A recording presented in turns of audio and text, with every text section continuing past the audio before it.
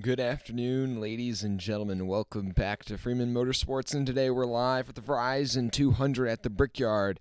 There's only 4 more races left before the cutoff line when the playoffs begin in the NASCAR Cup Series, so today is one of the last opportunities for somebody to make up some points on the cut line or sneak in and get a win and lock themselves in.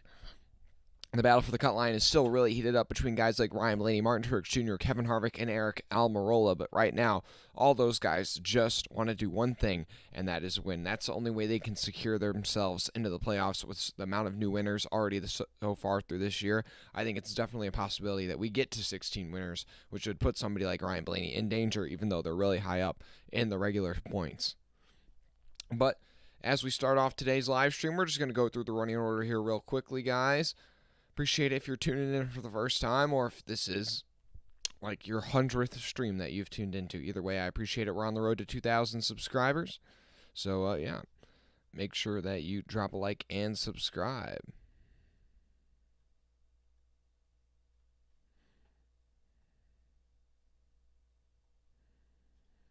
Just hold on one second, guys. We're editing a couple things here with the live stream.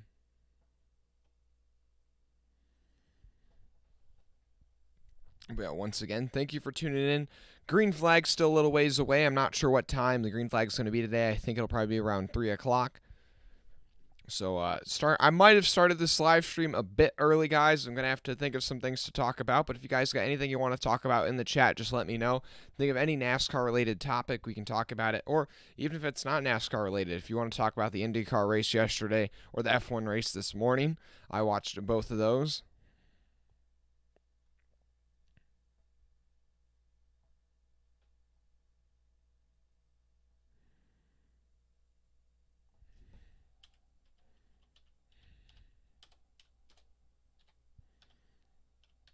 Just hold on one more second, guys.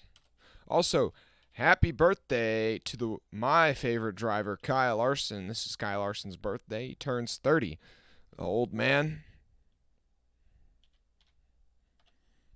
Still getting it done. I really hope Kyle Larson can win today so we can get the birthday dub. Also, he hasn't won in a minute. I don't think he's going to win today. He's really struggled in qualifying. The Hendrick cars just don't seem to have the pace other than Elliott, but Elliott's kind of the natural talent at road courses, so I think that's really helping him.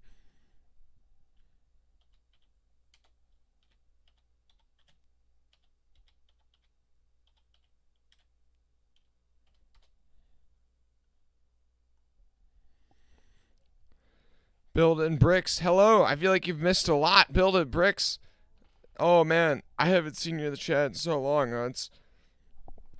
As a streamer, there's actually so many kind of like weird moments where it's like you have somebody that, comes in, is there for like a decent amount of time, and then they kind of aren't around as much, for whatever reason. I don't like hold a grudge or anything. It's not like it's whatever. But then they come back and you're like, oh my gosh, I remember that like person. I forgot they were even subscribed. It's been like 6 months. Well, I appreciate you tuning in. Today is probably going to be a good one if it's half the race as it was last year. Last year was just so chaotic. It was so dumb. They have replaced the curb. There should be no curb issues today. So, yeah, that'll definitely make it better. Man, 8 months build at Bricks. Yeah, it has been a minute. I have quite a few people that kind of started to tune in for like the downhill racing series, but then I just kind of stopped that because I feel like it just wasn't quite what I wanted to do with the channel.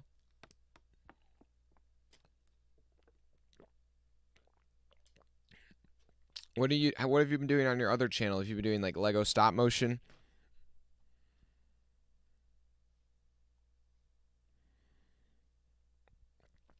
But yeah, we're gonna go through the running order here, or the starting order here, real quickly. Since it's gonna be a little bit before the green flag. On pole, we have Tyler Reddick. Tyler Reddick, got his first career win at Road America just a month ago when we were live for that. I really think that he could get it done again today. It's going to be him and Austin. I don't think Austin Dillon's going to have near the pace he did. Austin Dillon was running, somewhat good at Road America. He was running inside the top 15, I believe, somewhere near the top 10 when he had that issue kind of late in the race. But Austin didn't really qualify that well, so Yeah, he qualified all the way down in 29th. So, yeah, I'm not really going to take Austin Dillon too much as a serious threat to win today. But I think Reddick definitely could get another win here. Austin Cindric, I think, is definitely going to be in the mix. He is, a bit more of a road course. It's kind of more so his specialty. And qualifying second place, he had pace in practice as well. I think Austin Cindric, he's on home turf. This is kind of like Indianapolis is where he kind of grew up in a way. His dad worked for Penske. He drives for Penske. Penske owns the track. I think Penske really wants to get this win today, that's for sure. All three of his cars starting inside the top 6. Also, Ford definitely seems to be pretty strong today. There's 5 Fords inside the top 7, 6 Fords inside the top 10 here to start the race, 9 Fords inside the top 15. So I think Ford's definitely going to be a manufacturer that's near the front. But I think Tyler Reddick and Chase Elliott will be the two guys kind of representing up front for Chevrolet. No surprise there. Also, Daniel Suarez, he qualified down in 11th. And, I never really thought of Daniel Suarez as much of a road course guy. But, he had pace at COTA and obviously won at Sonoma. So, I definitely think he'll be in the mix again today, I guess.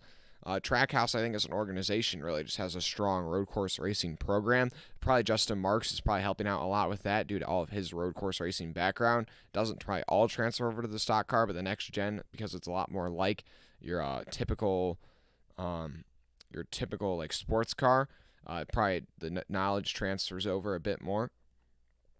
But anyways, yeah, then on row 2, you have Chase Briscoe. I think Chase Briscoe, this will be a big track. I think he'd love to get a win here.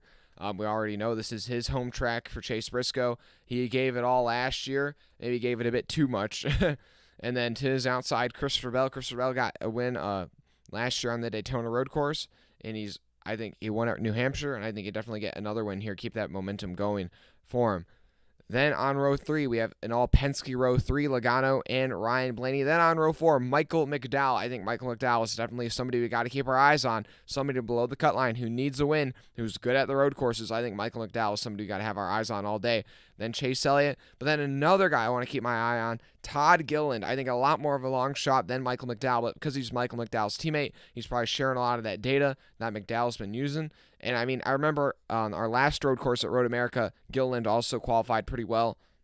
As soon as the race started, he really faded. So I'm interested to see if Gilliland cannot kind of stay around the top 10, top 15 today.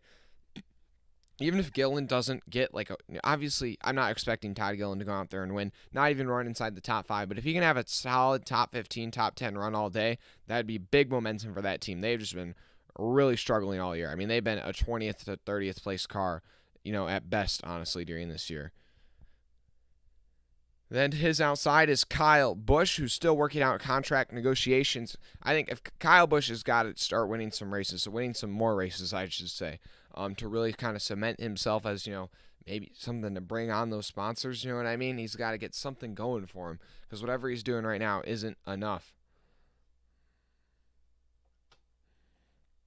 And then in row 6, Daniel Suarez, who won earlier this year at Sonoma, and his outside, Brad Keselowski, another guy I think we should keep our eye on just a bit. Brad Keselowski needs a win as well to get into the playoffs, and he's had some decent momentum at these road courses recently, more so his teammate Chris Buescher, who didn't qualify great, but I think it's going to be interesting to see if these RFK cars come up through the field today.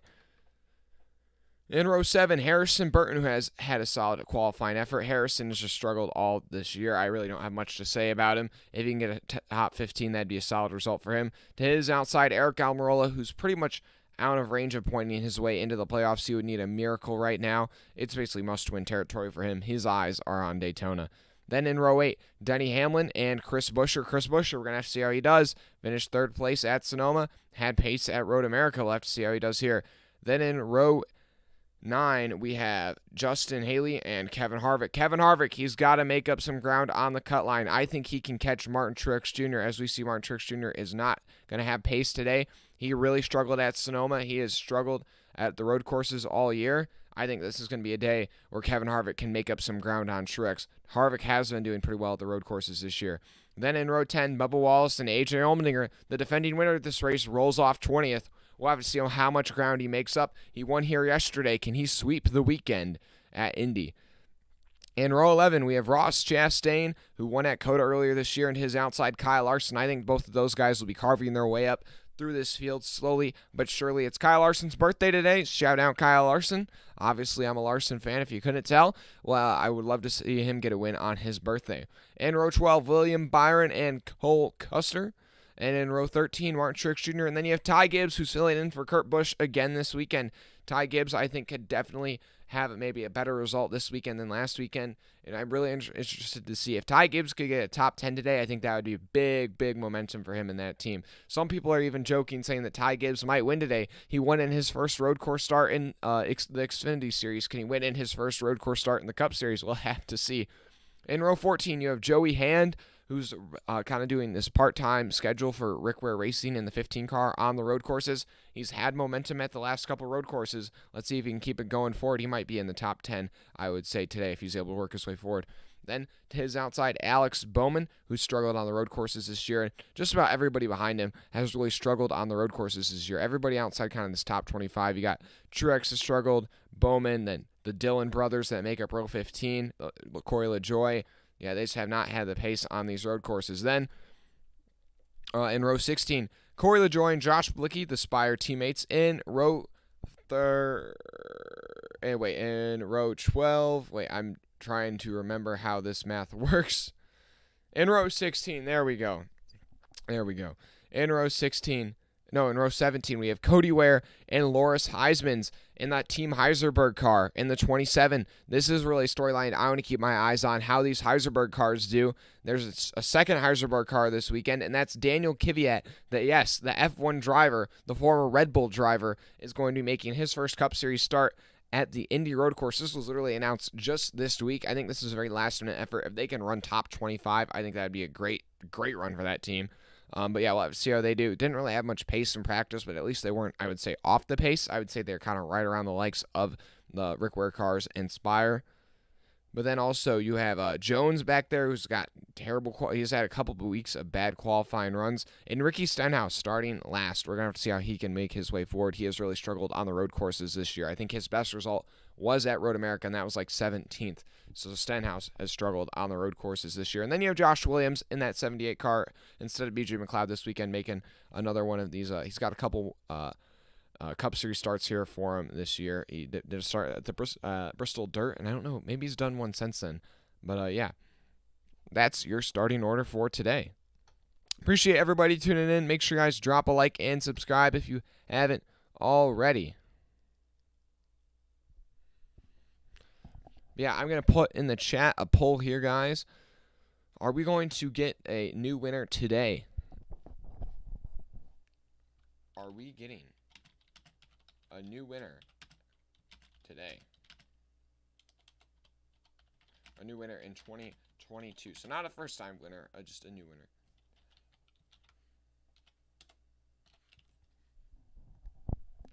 There we go. That's the poll for the chat.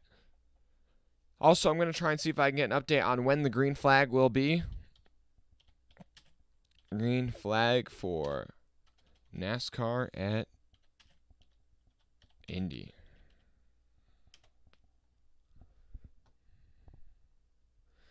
Okay, here, I think I got it. The green flag will be, so start time is 3 o'clock. 3 o'clock, that's what they're telling us. So, still we got about a half hour to get there. We actually have a string of 3 o'clock starts. I know a lot of people are like, we got to start these races earlier in the day, and I do kind of agree with that. 3 o'clock start here, Michigan, Richmond, and Watkins Glen, and then it's the night race to end the season, the regular season at Daytona. Then another night race to start the playoffs at Darlington, and then Kansas, Bristol, night, and then Texas, Talladega, Charlotte.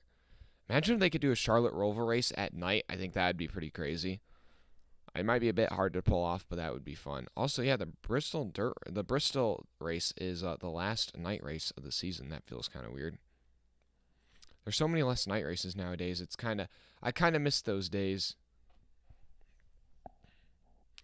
And okay, we already got 3 votes. Wow, 3 people already are saying we're gonna get a new winner today in 2022. If you think we're gonna get a new winner today at the Indy Road Course, my question for you is who? Because I feel like who is there left to even win?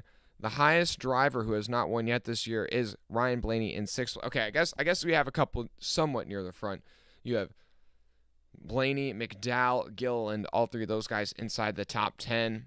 Then Keselowski down in 12th, with Burton in 13th. I don't know. I guess there's a couple, but I don't know. Also, what do you guys think about the Team Heiserberg? If you guys know what Team Heiserberg is, they're doing a part-time operation just on the road courses with the 27 and now the 26 car. What are your expectations for them today? This is Loris Heisman's, I believe, third or fourth NASCAR Cup Series start. When they raced at Road America last, they ended up leaving, I think, in stage 2 with a mechanical issue, so didn't make it that far. That's kind of what I'm concerned about with this team, is that they really don't even have the funding to maybe even build cars that'll make it to the end of the race. So I think if they can just make it to the end of the race, I think that's a big win for that team. If they can stay on the lead lap especially, I think those are kind of like my two big goals. How long, if they can make it through the end of stage 1 on the lead lap and finish the race, I think those are my two goals for those two Team Heiserberg cars. And I think a stretch goal would be like, I don't know, running inside the top 25. But I think that's rather ambitious. I would say those cars, even with good drivers in them or somewhat, those are like Rick Ware Racing level cars, if not a bit below that. Which is kind of, you know, they're still building up, so it's like, you know, they're a brand new team. This is baby steps for them. I don't really know. I think next year, I wouldn't be surprised if they kind of just do the same thing, maybe experiment with an oval. Maybe experiment with an oval race here or there. But I would say, yeah, for them, I would just keep focusing on these road courses. I mean, that's what their drivers' specialties are for. So, yeah, that's what I would say. And I believe they are going to be fielding another secondary car, the 26, at all the remaining road courses this season. I believe that's what it said in that announcement. Build It Bricks, you're going to head out. See ya. Stay safe. See you in the next one, Build It Bricks. Tune in again sometime. Eric, yep, no problem, man. How you doing? Yeah, Arrington. Okay, I think we're about to get to the green, or the driver's command here to start engines. So, looks like things are about to get underway here for the Indy Road Course. Thanks for tuning in, guys. Make sure you drop a like and subscribe. Can we get up to 10 likes here before the green flag? I'd appreciate it. Also, we're on the road to 2,000 subscribers, guys, so make sure that you hit that subscribe button. Right now, we're at 1,958 subscribers, guys. So if we could get to 2,000 subscribers before the end of the summer, that would be my goal. Appreciate it for everybody who's already subscribed. Whew, boy, I gotta keep the water flowing. I gotta keep my voice fresh. Yeah, they're running. Okay, thanks for the update, Eric. Yeah, wow, already in this chat, we got 6 votes, and 5 of you guys are saying we're getting a new winner today in the Cup Series, and only 1 is saying no. That is rather ambitious. I think you guys must be really banking on Blaney or McDowell. I would love to see McDowell get the win, honestly, and Blaney did finish second place here. I think that's kind of forgotten. Honestly, last year's race, to me, I feel like it doesn't really count, you know? I mean, there were so many like contenders taken out in those big crashes with the curb, and it really just kind of became a joke towards the end with kind of just a sprint to the finish, and then you had Briscoe taking out him and Hamlin. I mean, it was just a mess. Honestly, I mean, sometimes you need a mess like that occasionally to kind of spice things up and just make it a bit crazy, but Blaney did finish second place last year, and McDowell also had a pretty solid run going last year before he launched it over the curb at some point. Oh, we got a couple more votes. So we got a couple more voices of reason now in the poll saying no. Yeah, LB makes content. Yeah, pre-race still going on. The actual race broadcast started at 2:30, but they kept kind of like a half hour of pre-race built into the race broadcast. So they just gave the command to start engines. So green flag will probably be in about 10 minutes, I'd say. Floyd, you're rooting for Chase Briscoe today. Can Briscoe get it done today? I don't know. Last year it ended a bit chaotically with him and Hamlin. That was pretty crazy. I can't believe they did not get into fight after that. Pretty professional there by Hamlin to not lose his mind at Chase. But, yeah, honestly, I don't even think Hamlin ever retaliated against Chase Briscoe for that one, which I am pretty surprised by. Like, that totally would have justified Hamlin punting the 14 into the wall at some point. Yeah, Eric, you're rooting for Rooting for the 26 and the 27. Yeah, I'm really interested just to see how they do. I feel like I don't know if I'm the only one, but when it comes to these like smaller part-time effort teams, I really kind of like to keep like, a track on like how they do to see if, they can maybe get a tiny bit of success and, slowly expand, when they just don't have the same funding as these other bigger operations. I just like to see if they're able to get off the ground.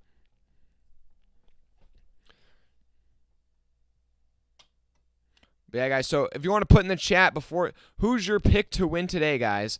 I mean, you could go with somebody safe. You could say somebody like Elliott. You could say Allmendinger. You could say Reddick. But, I want to hear your bold opinions, guys. Who's your underdogs? Who do you think's going to get it done? Can Kyle Larson win on his birthday, his 30th birthday?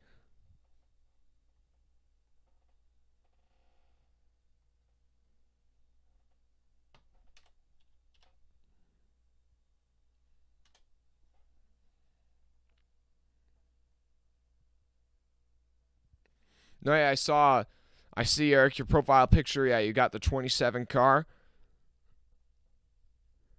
I think, wait, doesn't the 27 have a sponsor on board this weekend? I think the 26 is just it's just the team on there, you know what I mean? Not an actual sponsor. And the cars are rolling off of pit road onto the racetrack as we speak now. It's Tyler Reddick and Austin Cindric on your front row, then Briscoe and Bell on row 2. Logano and Blaney have a Penske lockout of row 3. Then on row 4, Michael Mcdowell has had some success on road courses this year. Can he get a win and sneak his way into the playoffs today? To his outside, Chase Elliott. In row 5, Todd Gilliland, who has a great qualifying effort for FRM. And his outside, Kyle Busch. In row 6, Suarez and Keselowski. In row 7, Harrison Burton and Eric Almirola. Eric Almirola is going to the rear. In row 8, you have Hamlin and Chris Buescher. In row 9, Haley and Harvick. Row 10, Bubba Wallace and A.J. Allmendinger. In row 11, Ross Chastain and Kyle Larson. William Byron and Cole Custer make up row 12. In row 13, Truex and Ty Gibbs. In row 14, Joey Hand and Alex Bowman. In row 15, Austin Dillon and Ty Dillon. In row 16, Corey LaJoie and Josh Blicky. In row 17, Cody Ware, who's going to the rear, and his outside Loris Heismans. In row 18, Eric Jones and Daniel Kvyat. In row 19, Josh Williams and Ricky Stenhouse Jr.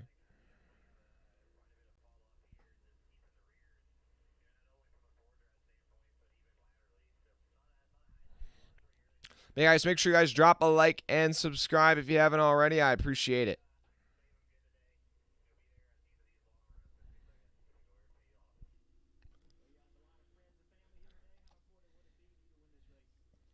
Yeah, I think somebody we got to keep our eyes on today. The guys that I'm keeping my eyes on today personally, in terms of somewhat underdogs, are Briscoe. I think Briscoe's definitely be going for it. Last year we saw what he was willing to risk. I think Ryan Blaney is somebody to keep our eyes on. Michael McDowell and Brad Keselowski. Those are kind of my 4 underdogs. I guess somewhat underdogs to keep our eyes on. And then I guess you might as well toss Ty Gibbs in there. I really wouldn't expect Ty Gibbs to win, but maybe, run near the top 15, top 10.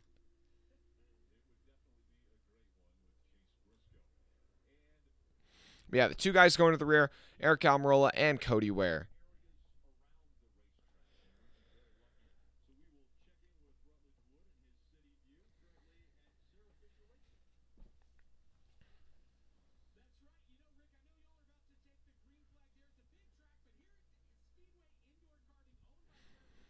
Eric and Chaco, yes, 27 got a new sponsor. Bontrup and Shefrick are sponsors for the Euro P NASCAR. Oh, okay, so you got some sponsors from the Euro NASCAR series coming over to the Cup series. That's a big jump up right there.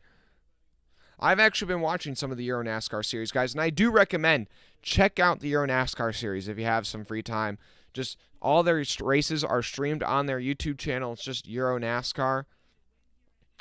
And just it's free. You can just see the races. The races only are about, I don't know, half hour or maybe 40 minutes. And yeah, no, it's just pretty interesting. If you just want to see some racing, hear some names, see some somewhat stock cars going around some, European circuits. And it is really interesting. You just see all these people that do have actually a passion for NASCAR, even though they aren't, from America. And actually, it is pretty cool. So the Euro NASCAR series, just to talk about that for a second, has like 2 classes. They have a pro and an am, so pro drivers and amateur drivers. And the thing is, though, is all the teams have a pro driver and an amateur driver, and they have separate races, but they use the same car. So there's a pro driver and an amateur driver that share the car, and the pro driver will race the car in his races, and the amateur driver will race that same car in his races. So if one of them wrecks the car, then the other guy doesn't have a car either. So it's the same thing with practice. You got to save tires. You kind of got to share the car basically with your teammate. It's kind of a interesting aspect. But yeah, I'd recommend checking it out sometime.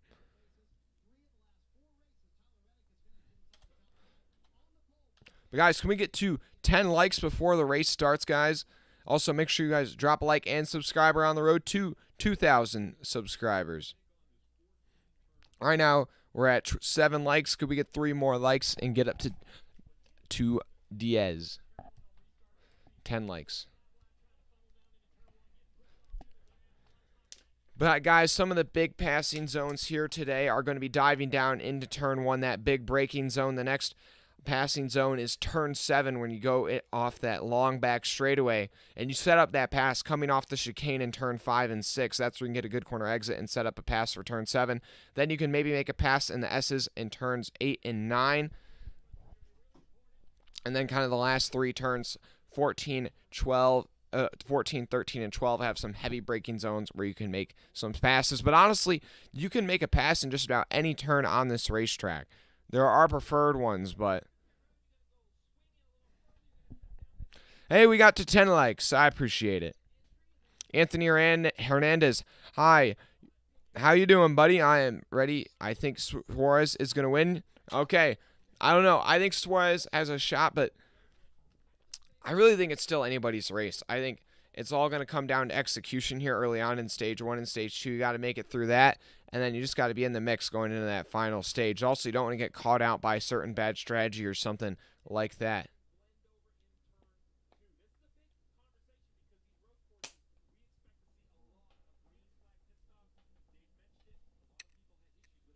How you doing, Rusty's 95?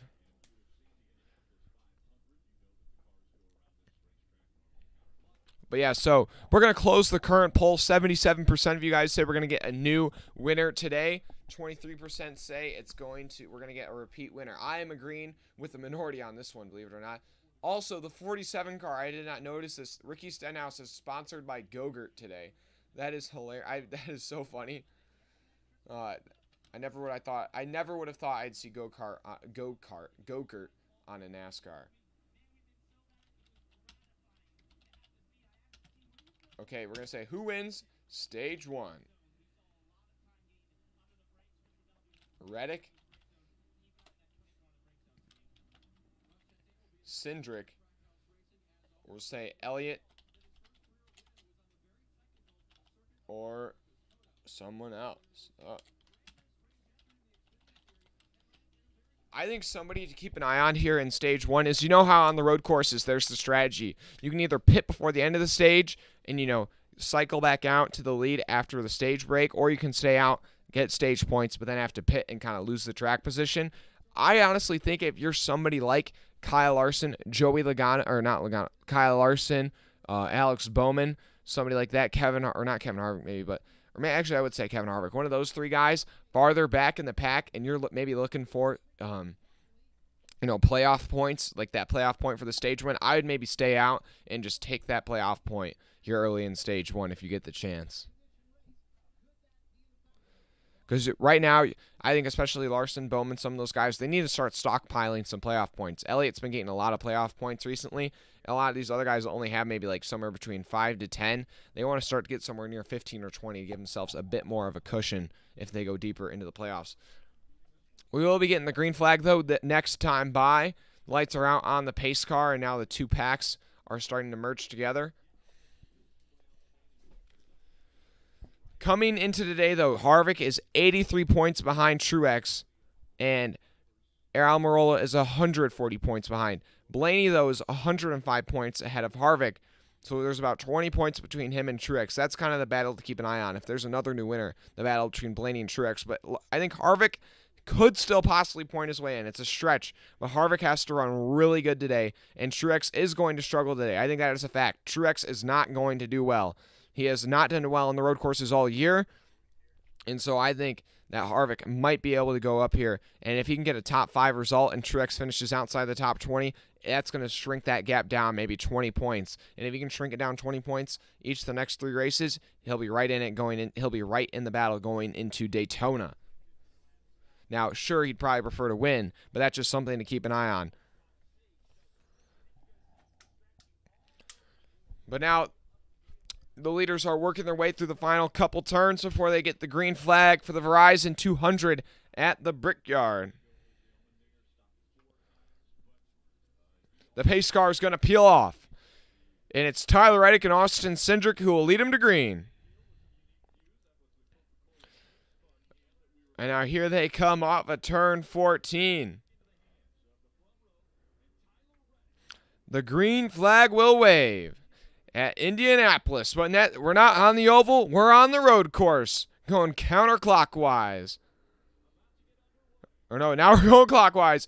Green flag in the air for the Verizon 200 at the Brickyard. Reddick leads him to green. He gets a good launch on the inside. He's already clear of Austin Cindric as they come down to turn 1. Back in the pack, they're sprawling out, making it 3 wide. Larson goes 4 wide to the outside, trying to make a pass. And now here they come towards turn 1, a very hard braking zone. Reddick's going to make it through clean. Oh, and the 31's around. The 31 is around. He's off the nose of the 10 car, I believe. I'm not quite sure. Justin Haley around early, though. He keeps it clean. Everybody makes it down okay. Green flag still in the air. Justin Haley, though, already having an issue here. We'll have to see if we can get a replay off that. I'm not quite sure who hit that. Oh, I think it was Bowman maybe, actually.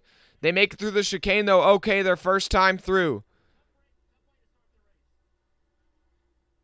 But it's Reddick now out front by a bit, and Briscoe's gotten up to second place. Cindric's back to third. They're 3 wide coming into this first braking zone. Logano, Bell, and McDowell. McDowell backs out. Bell emerges out of that battle. He's up to 4th. Logano 5th.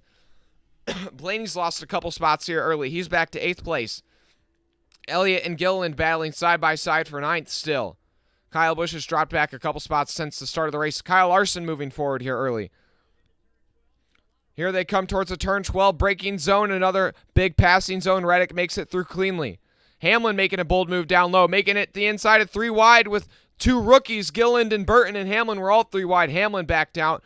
Burton's going to try and take this spot from Gilliland, though, here early on. Now Gilliland will have the preferred line as they come off at turn 14. And Burton is sideways there for a moment on the outside. And now here they come down the front straightaway. Tyler Reddick will lead lap number 1. Chase Briscoe in 2nd. Cindric 3rd. Bell and Logano round out your top 5. Logano under pressure, though, from Michael McDowell for 5th place as they come into that turn 1 braking zone. Cindric making a move on Briscoe for 2nd place. He's not trying to stay in 3rd longer. And now Cindric's going to get back to 2nd place as they come through turns 2 and 3. Oh, and we've got another spinner. This time it's Ross Chastain. The 27 has to take evasive action. The 27 off onto the grass there in turn 1. Very chaotic initial start here. 2 spins through turn 1 on the first lap. And oh, Hamlin's around. Hamlin's around off the track. That's a bad spot. That's a bad spot. Oh, boy. Off at turn 5. Off that chicane. Hamlin is around off the track. Oh, boy. He's getting refired, but that is a dangerous spot. He was super slow, and the pack just came on. Oh, boy. Also, Chastain just spun in. Chastain just got nicked. He was going wide around the outside. The 23 shoved into the 17, and the 17 went into the 1. That's kind of Bubba's fault. But in the 11 spins coming off of turn 5, he pops a wheel in the grass, and that just spins him around. That left rear just dipped into the grass, and it spent him around. But the 11 now has dropped way back. Wow. But now it's Reddick, Cindric, Briscoe, Bell, Logano, your top 5. And this has been a crazy start to the race, guys. Already 3 different guys have spun here early.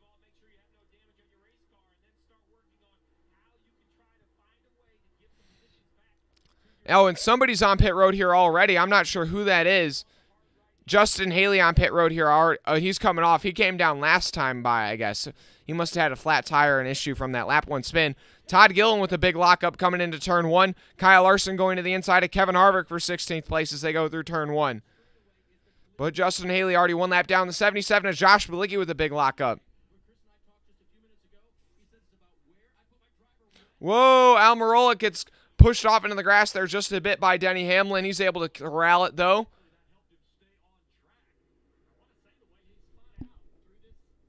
Oh, and I think there's another spinner possibly going through that chicane. This has been crazy here early on, guys. Everybody keeps dipping on and off the racetrack, especially in that first half of the racetrack. That turn one area as well as the chicane has been a crazy zone here early. Also, the 27 car doing pretty good here early on. He's moved up from his initial starting spot. Loris Heisman's is up from 34th to 29th. He's making a couple good spots. But, man, these guys are going all over the place, trying to make up any spots they can here early on the restart, because they know once this field gets strung out, like at any road course, passes become a lot more difficult. But meanwhile, up front is where you want to be. That's where it's as calm. Everywhere else, not as calm, that's for sure. Meanwhile, though, Bell trying to take third place from Briscoe. Briscoe's kind of slowly fading back now off this initial start. Oh, he's getting a bit of a tap from the 20. But right now, a lot of lockups here, especially in turn one. Almost every time they come through turn one, there's been about 4 or 5 cars at least that have locked up the tires. That'll be something to keep track of if you're having issues locking up, if you get a flat spot early in a run. Also, we're going to have to see how guys adjust to that.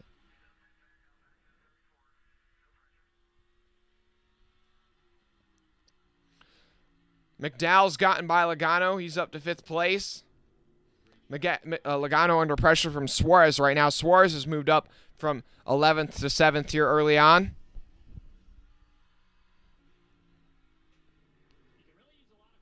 Elliott hasn't made up much. Elliott has only made up 1 spot since the start.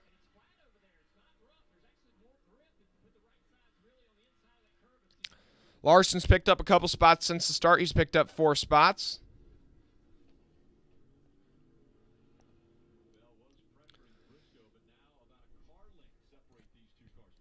Meanwhile, at the front, though, Reddick has already gapped Austin Cindric by about 2.5 seconds. So Reddick's feeling pretty comfortable right now, a couple laps into the run.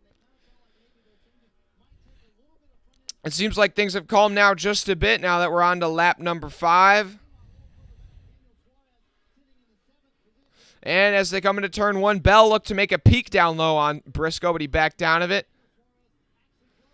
Harrison Burton under pressure from Todd Gillen. The 2 rookies have been going at it since the start. Harrison Burton and Todd Gillen have swapped spots a couple times.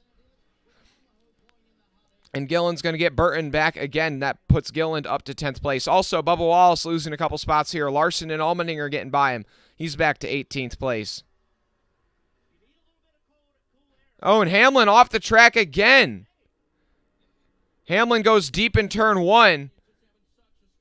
Hamlin is really struggling here early. Oh, and Cody Ware's got a lot of smoke coming out the back. I'm not sure if that was, I guess that was maybe a lockup. Hamlin is really fighting that car. Hamlin goes deep in turn 1. He is all the way back in 34th place right now, not where he wants to be at all.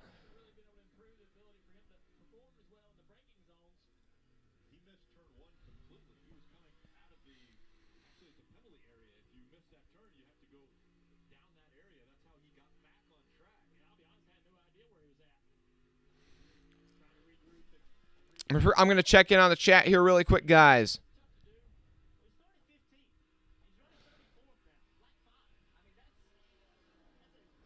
Green eggs and Hamlin. Bad joke, sorry. I got you, John Cena. Yeah, no, Hamlin is just struggling here early. Quite a few guys, though, struggling. Ross Chastain, after his spin, hasn't made up much ground. He's only up to 28th place, slowly rebounding.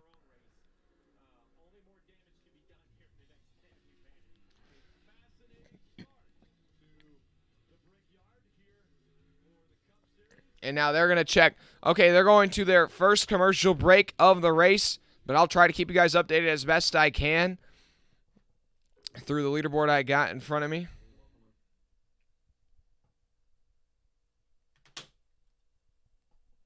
But thanks for tuning in, guys. We're on the road to 2,000 subscribers, guys, so make sure you drop a like and subscribe if you haven't already. Already up to 10 likes, guys. Can we get up to 15? I would appreciate it.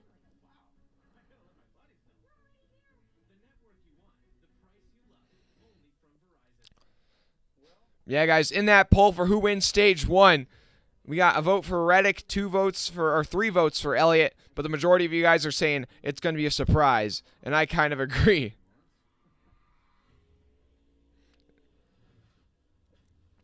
Yeah, I can't even recap all the incidents that have happened already. It's been so crazy. So far, though, Haley spun. He had to pit on lap 1 to get that. I don't know if he had a flat tire or something from that spin, but either way, he's a lap down now. So Justin Haley's a lap down. Ross Chastain spun entering turn 1. Denny Hamlin also spun entering turn 1. And then Denny Hamlin missed turn 1 again and spun. Or wait, no. Hamlin did not spin entering turn 1. He spun coming off at turn 5. And then Hamlin missed turn 1 and had to go on the exit road. So, yeah, all those guys having issues here early.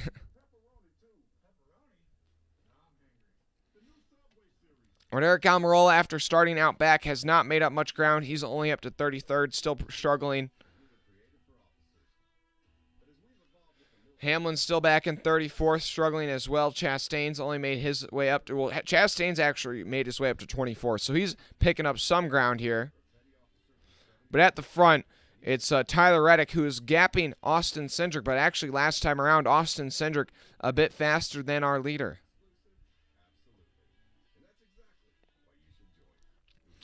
But Briscoe under pressure from Bell in 3rd place.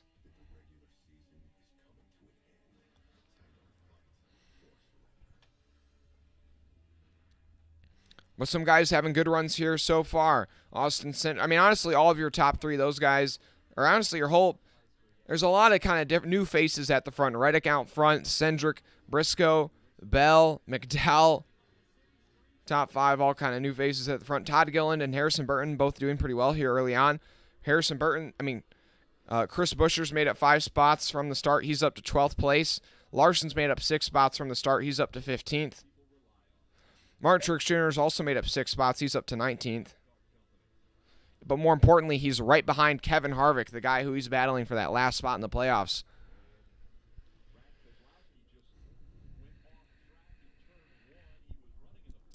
Keselowski, another driver that's now at an issue. He's gone off in turn 1. But another thing I want to keep updated. Oh, and there's 2 cars in the grass. 2 cars in the grass. And it's Chastain in the grass again, as well as Joey Hand. Chastain trying to go to the inside of the 15 of Joey Hand. And my guess is he took them both out. We haven't seen a replay yet. But Chastain has already gone around twice now in the early going. Oh, gosh, Chastain, what are you doing? Chastain just locked up so much going into turn 1. I mean, he came from like 2 car lengths back, had a huge dive bomb, and just doored the 15 car and sent them both into the grass. Another car with an issue, though, Keselowski going around in turn 1. And we're 8 laps into this race, and we've had 8 cars go deep in turn 1. That is crazy.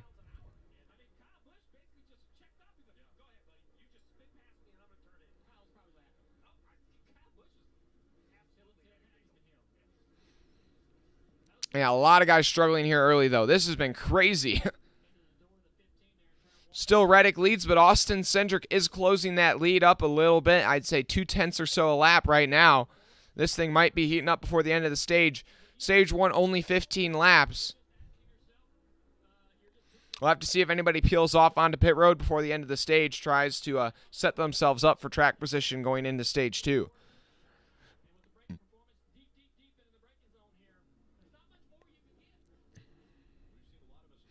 Yeah, some big names struggling here early. And some new names at the front.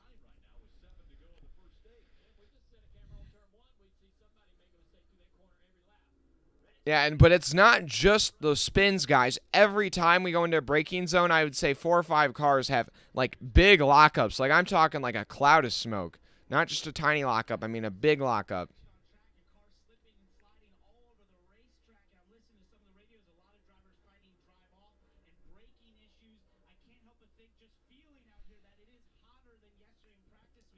Now we're coming to 10 laps complete here at the Brickyard. The chaos, though, just continues on.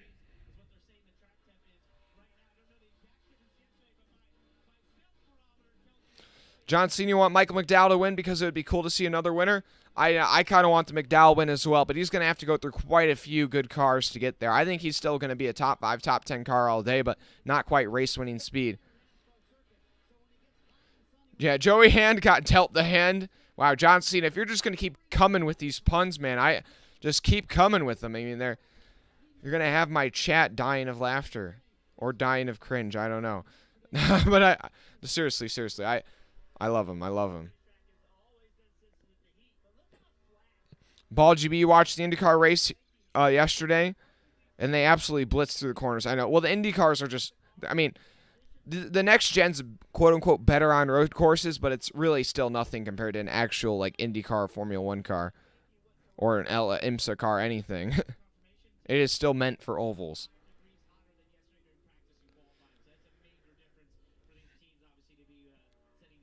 I see that, Eric. Yeah, the 27 car up to 29th. That's a solid run so far for him. And the 26 running in 35th.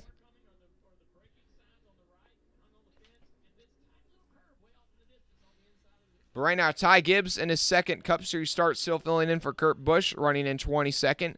Solid run for him right now.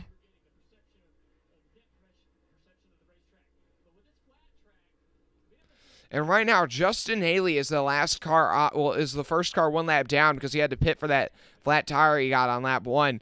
But Josh Williams in the 78 car is running pretty far off the pace, and he could be at risk of going a lap down before the end of the stage.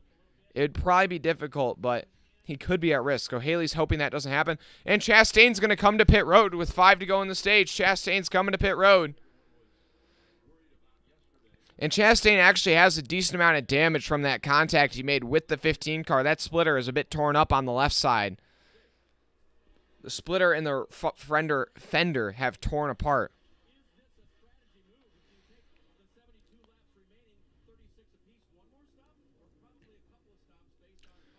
But now are we going to see a lot of guys come to pit road now and try to take track position over stage points? You can either stay out and get stage points at the end of stage 1, or you can come to pit road and, not have to pit at the end of the stage and cycle back to the front when those guys who didn't pit have to pit.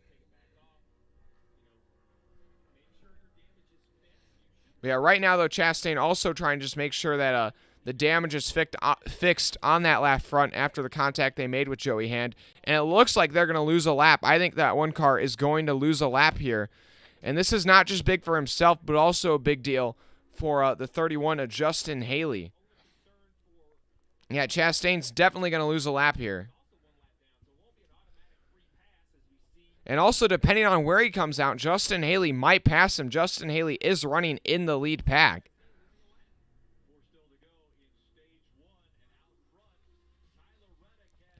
And they're going to cut to commercial with 4 to go on the stage. That just seems peculiar.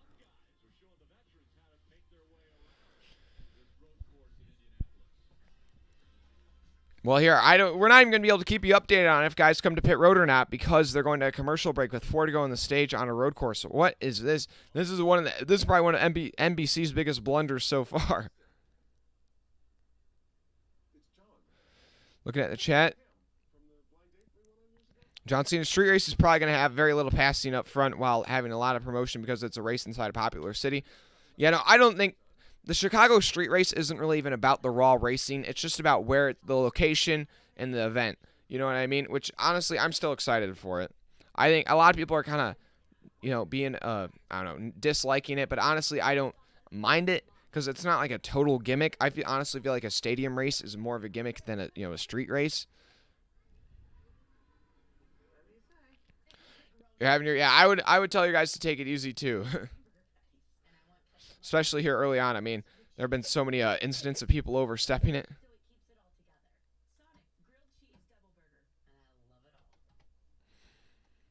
But still, your top 10 right now, Reddick, Cendric, Briscoe, Bell, McDowell, Suarez, Blaney, Logano, Elliott, Gilliland. All those guys would get stage points, and it does look like some guys have hit pit road. I think a couple guys are hitting pit road right now with 3 to go in the stage. Not many, but I think a couple have. I can't be certain, but I'm just trying to guess off the leaderboard. I think Chris Buescher did. And maybe they didn't hit pit road. Maybe they just had a spin or something, but one of those two things.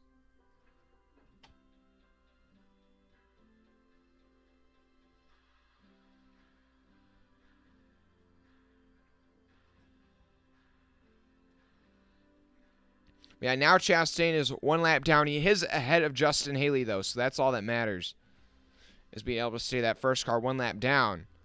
But I do think a couple of guys are hitting pit road, and they are underestimating how much time they're going to lose on pit road, and they might be battling Ross Chastain for that lucky dog. Oh! Chris Buescher.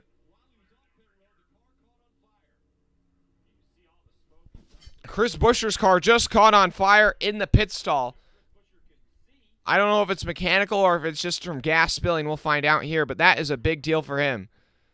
I think they're going to try to get that car back out there. That's what it looks like. But with 3 to go in the stage, Reddick, Cindric, Bell all come to pit road, but Briscoe stays out. Briscoe stays out. He's going to try and take the stage points.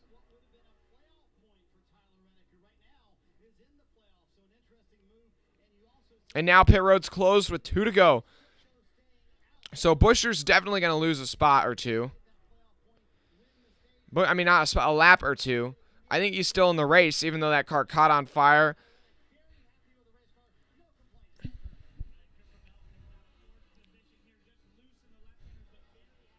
So yeah, this is going to be a pretty crazy finish, sprint to the finish, I guess.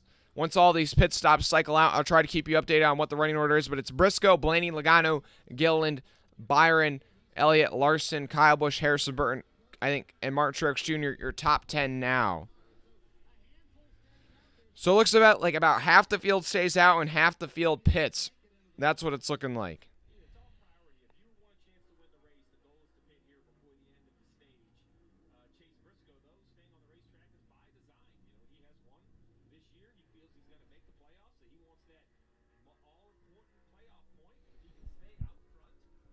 So it does look like Ross Chastain's not the only one lap down. Joey Hand and Chris Buescher also a lap down. So the battle for the free pass also heating up, and Briscoe's also catching up to the bumper of Loris Heisman's, another guy in the 27 who could go a lap down. This might trap Chastain, Hand, and Buescher a lap down here early on. That would be a big deal.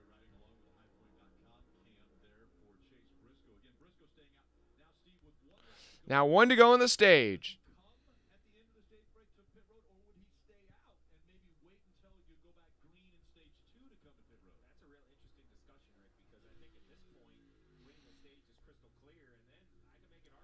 Yeah, Briscoe, it's a match. Honestly, right now, the battle is if Briscoe can catch this 27 car and put him a lap down. Because if he puts him a lap down, that puts some pretty competitive guys stuck a lap down, like Chastain, Hand, and Buescher.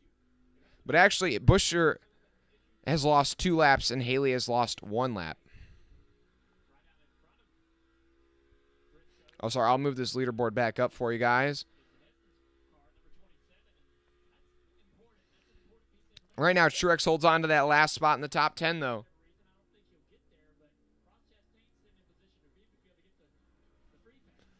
It doesn't look like Briscoe is going to catch the 27 car. So that would give Chastain the free pass and get him back on the lead lap. So Chastain's going to be thankful for that.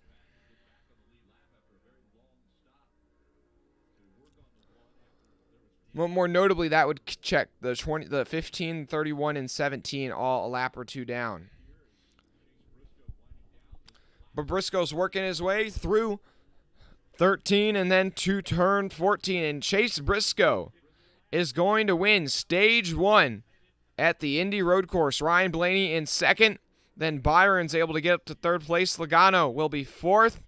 And Elliott will round out your top 5 here in stage 1. Appreciate everybody who's tuned in already for stage 1. Only 15 laps complete of 82, so still a lot of racing left on the table. Todd Gilliland gets 6th, and Larson 5th, Kyle Busch 8th. Harrison Burton and Martin Truex Jr. round out your top 10, and the caution's now out to end stage 1.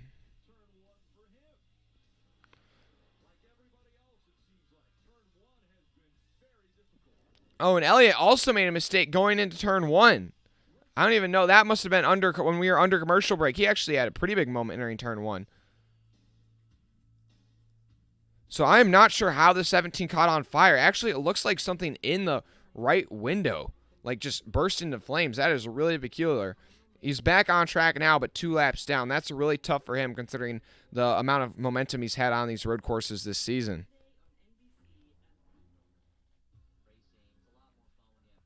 But here's the question, guys. If you stayed out at the end of stage 1, do you stay out? Or if you stayed out coming to the end of stage 1, do you just stay out and decide to stay out front on the old tires and see how long you can hang on? I think if everybody did that, they'd be able to manage, because the highest running guy with tires is Tyler Reddick in 15th place. So you have to go through 14 cars to get to the leader. And 15 laps is not that many laps on these tires. I mean, I'm not sure how far they can go on tires and fuel, but I think it depends how long stage 2 is. If somebody can get me a number on how long stage 2 is, trying to find it on the NASCAR website somewhere.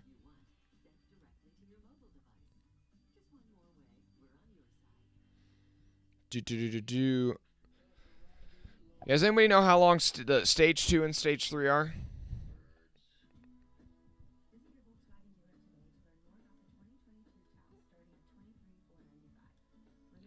Okay, stage 2. Oh, stage 2's 35. Wait, hold on.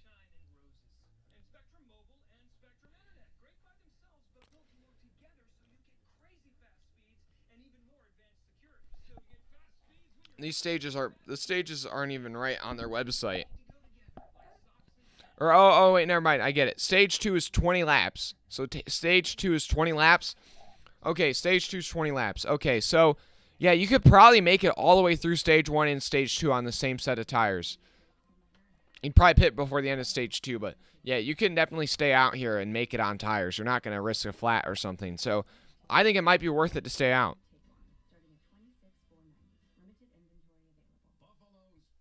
Yeah, it was a surprise that won stage 2 or stage 1. Chase Briscoe.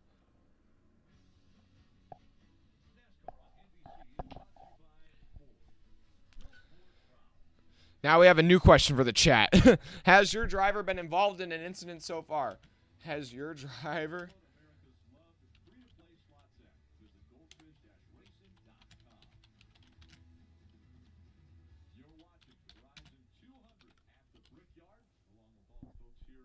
Has your favorite driver spun yet? That's the question for the chat.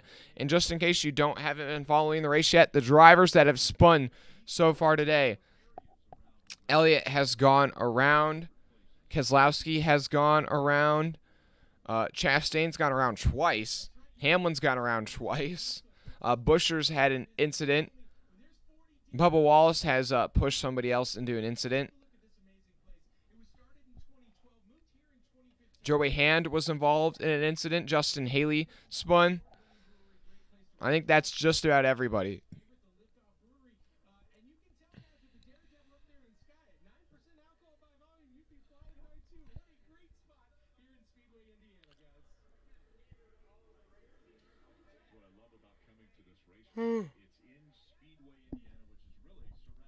There we go.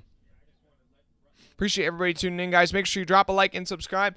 And we've gotten in 2 new subscribers, guys. I appreciate it. We're up to 1,960 subscribers. We're 40 away from 2,000, guys. Can we get there? I would appreciate it.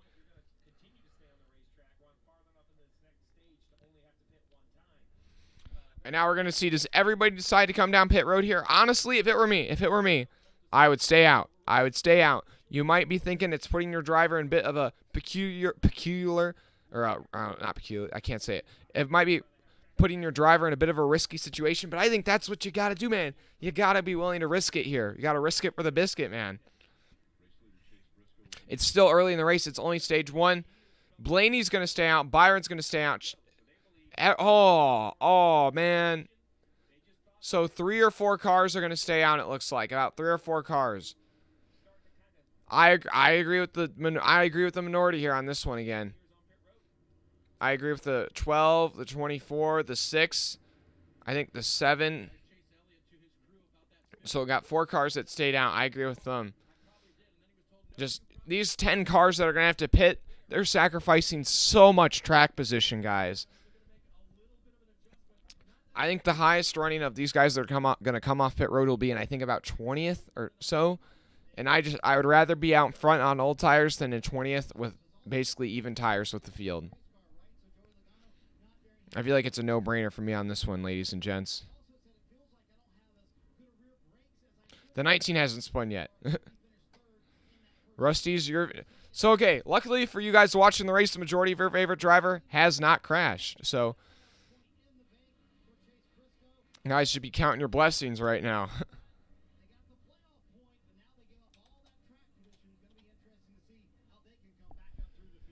Briscoe wins the race off pit road. Then it's Logano, Kyle Busch, Burton. But all those guys are going to be way back in the field when we get the green flag here. Now, will we get the same type of restart we had in Stage 1 in Stage 2? Because we saw an incident in the very first turn of this race. Is it going to happen again here in Stage 2? I would not be surprised. Stage 2 is going to be basically the same distance as Stage 1, just about 15 laps. Then the final stage is going to be the long one, the endurance stage. The final stage is like 48 laps. 48 laps is the final stage. I'm talking like Yoda now. 48 laps is the final stage.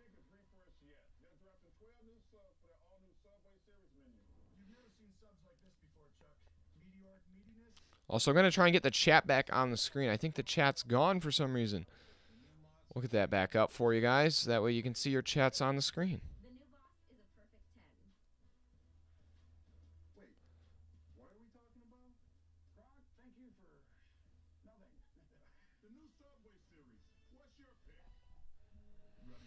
Okay, guys, somebody say something in the chat. We'll see if it shows up on the screen. It should. It should.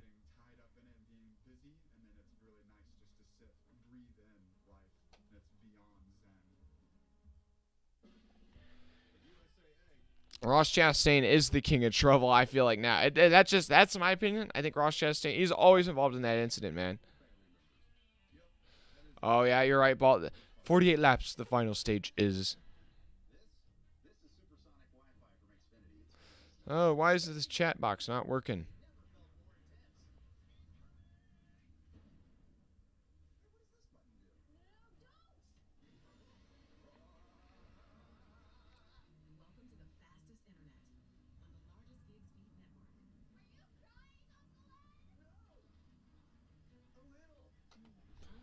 Oh, wait, hold on.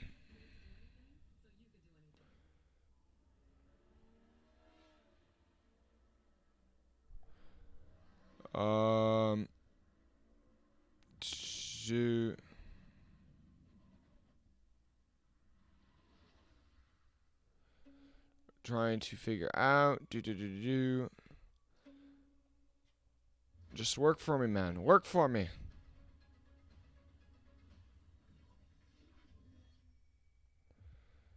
Okay, okay.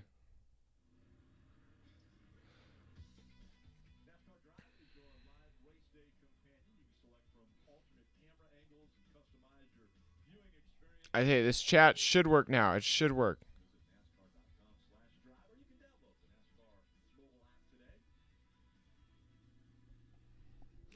I'm checking. I'm checking. It should work. It should work.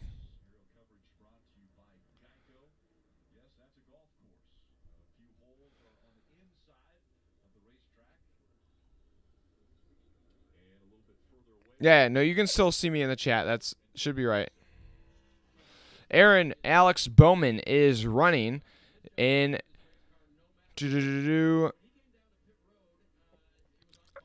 I think he pitted before the end of the stage. He did not stay out, so he's running in 14th place. 14th.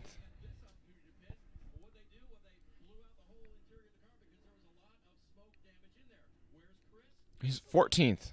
So he's in 14th right now. Yeah, guys, and if you're wondering where your driver's running and it's not on the screen, just ask me and I'll check for you.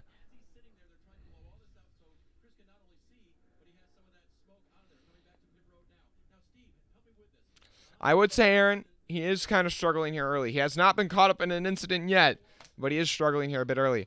Also, Eric, your buddy Loris is running in 20th right now. Top 20 right now for that team. That's solid.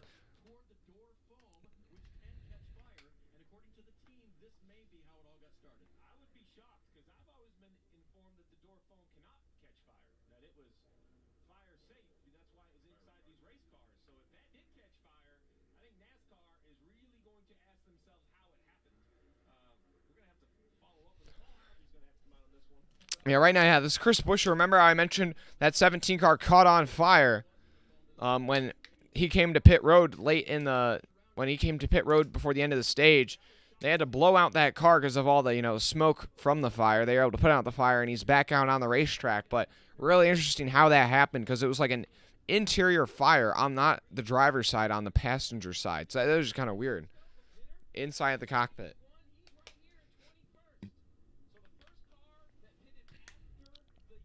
So we're going to get the green flag here to start stage 2, a 15-lap sprint.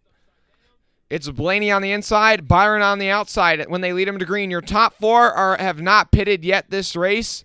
The first guy on fresh tires is Reddick and Cindric in row 3, and the first guys on super fresh tires are Briscoe all the way back in 20th. Green flag in the air. Blaney with a good jump, even on the old tires. Brad Keselowski does not get a good jump on the old tires, and they span out 3 wide, 4 wide as they come down to turn 1. Can they make it through clean? Oh, somebody's down way deep on the racetrack. I think that's Bubba Wallace getting forced way down there. That's Kyle Busch. It is a parking lot right down there. That is not good. Oh, and Harvick's around off the nose of Ty Gibbs. Ty Gibbs spins Harvick. Hamlin gets caught up in it. Chase Elliott's off in the grass. The 26 also off into the grass. Harvick's trying to get it turned back around. Somebody way back in the pack goes deep in turn 1. I'm not even sure who that is. But that really breaks up the field there. That breaks up the field into kind of like 2 packs.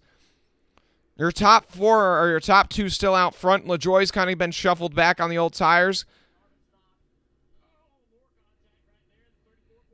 Oh, the 34, the 20, and the 42 making contact going into turn 6. Guys, there's so much action. I can't even keep it all straight right now. Also, sorry, the leaderboard's not updated. There you go. Oh, boy, oh, boy. Now Harvick's been around. Add him to the list of guys involved in an incident.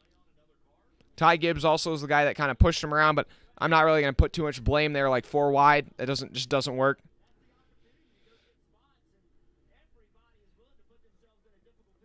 But it's Blaney who's going to lead this lap. Then Byron, Cindric, Keselowski, and Reddick, your top 5 the lap after the restart. Briscoe's only made up 4 spots since the start. Also, it looks like Bowman actually is the guy that originally got into the 48, and then it was the 3. So not Ty Gibbs. It was Bowman and Dillon that kind of really put him around. Hamlin made actually a decent amount of contact with the 4. It'll be interesting to see if the 4 has to come to pit road for any of this damage here.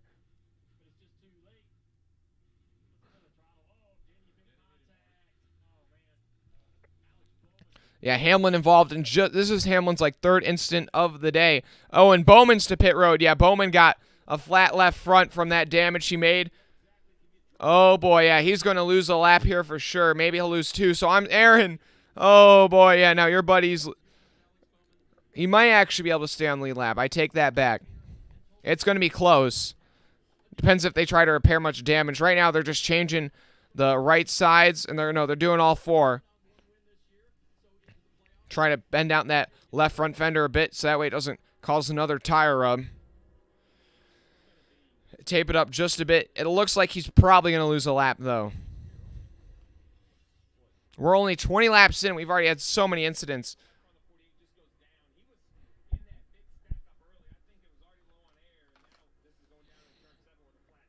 And this race has just been crazy.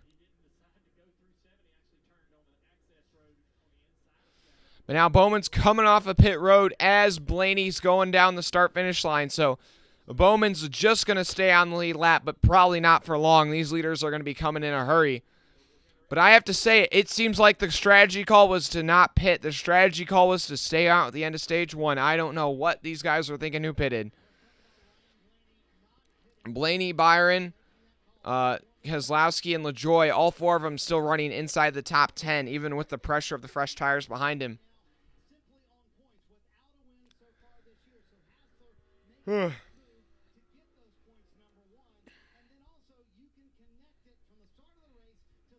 Appreciate everybody tuning in, though, guys. We got 25 people watching right now, and we've only got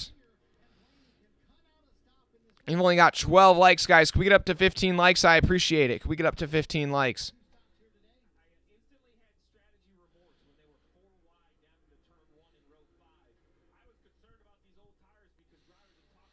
But Blaney's holding on his own out front. He's got about a half a second lead over Byron. Then it's another second back to Cindric in third place on the fresh tires. But Reddick is now on the bumper of Austin Cindric.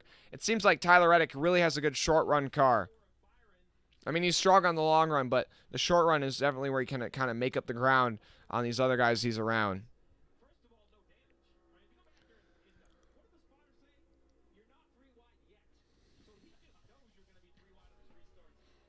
Yeah, no, these restarts have been crazy. Aaron, yeah, Aaron, yeah, there's just nothing you can do about it, man. These restarts are so crazy. Somebody's going to get caught out. He's still on the lead lap for now, but I just can't see him being able to hang on for the whole stage.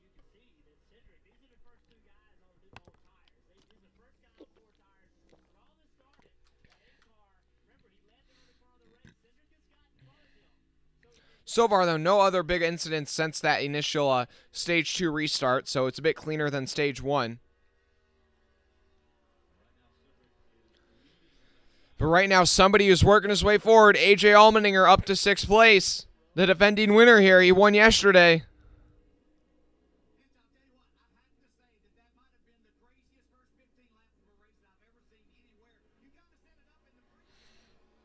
But the fresh tires right now are slowly working their way up through the field.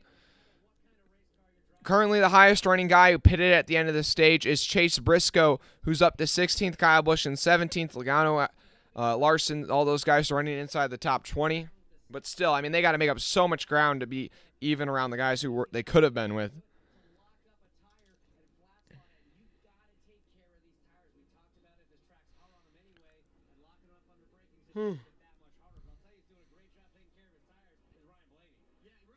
Blaney out front still, but right now Byron is closing in on your leader, even when they're on equal older tires. Byron is closing in on the leader, so it'll be interesting to see if Byron tries to fight Blaney for this lead. Reddick's making a move to the inside of Austin Cindric, entering turn 1, but he sends it in a bit too deep. Cindric's going to be able to cross him over. A bold move there from Tyler Reddick, but shows what he can do with that car. A lot of guys would lock it up and drive deep, but he definitely feels more comfortable with that car than most. Guys, don't forget to drop a like and subscribe. Subscribe. We are on our second commercial break of Stage 2. And just give an update on some guys having a good run. AJ Allmendinger's, like I said, he's slowly working his way forward. He's up to 6th place. Michael Mcdowell still running inside the top 10, as well as Bubba Wallace, Corey LaJoie in 11th place. Ty Dillon inside the top 15. Ty Gibbs also running in 15th place right now. The fresh tires, though, are slowly working forward. Chase Briscoe's up to 16th. Busch up to 17th. Logano and Larson all inside your top, running nose to tail. Fresh tires right there, baby. But right now, Joey Hand holds on to that lucky dog position. He's in a battle with Justin Haley. Those guys are each 1 lap down. Chris Buescher 2 laps down. Both of those guys are hoping for a quick caution, and they're hoping Alex Bowman doesn't go a lap down, because then that really puts them in a bind. But, oh, and Larson's made a mistake. Oh, Larson must have spun at some point. Larson's down to 30th. Oh, it was just a matter of time. Oh, the birthday boy, not so lucky with that one. I'll have to see if he made it looks like LaJoie has also made an issue. LaJoie all the way down in 29th. So LaJoie and Larson, at least those two guys have had an issue on the last lap. Hopefully we get a replay of that when we come back. Oh, man. No. Birthday boy not so lucky with that one. The 10 went off track.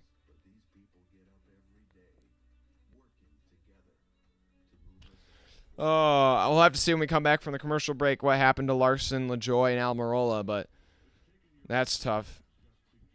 I wonder if Larson has had to pit for that. Maybe he had a flat tire and he's coming to pit road. Hopefully he doesn't lose a lap. Hendrick guys, I would say, are kind of struggling today. It definitely feels like this is not like the Hendrick time right now.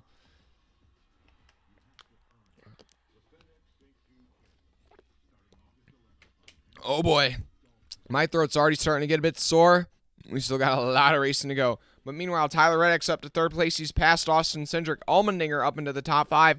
He continues to move forward, guys. Keep your eyes on the dinger.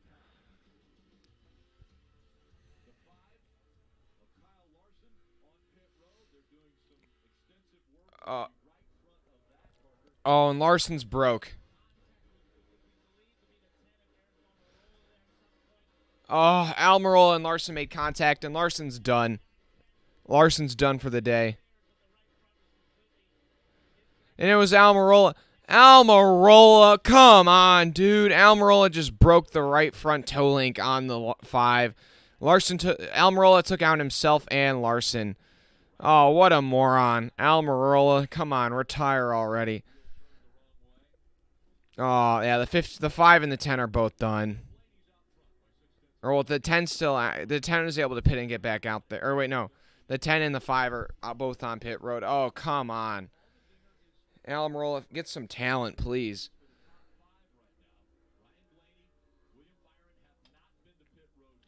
Yeah, the 5 and the 10 are done for the day.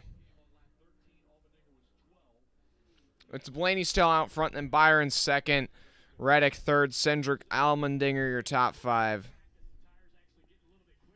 Looks like the Joy's coming to pit road as well.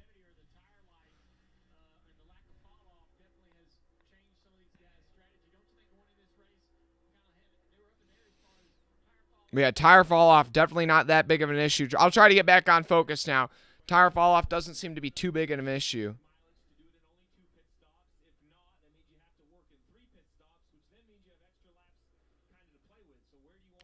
Oops. Clean air and track position, though, are definitely the 2 most valuable things right now.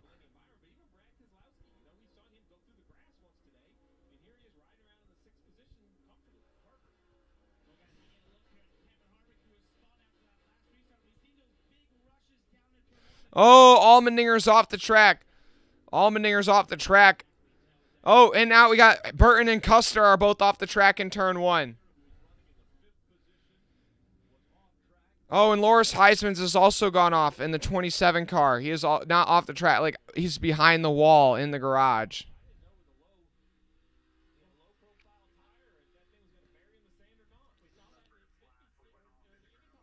Oh, that is tough. The 16 car was off in, like, I think turn 5 area or turn 4.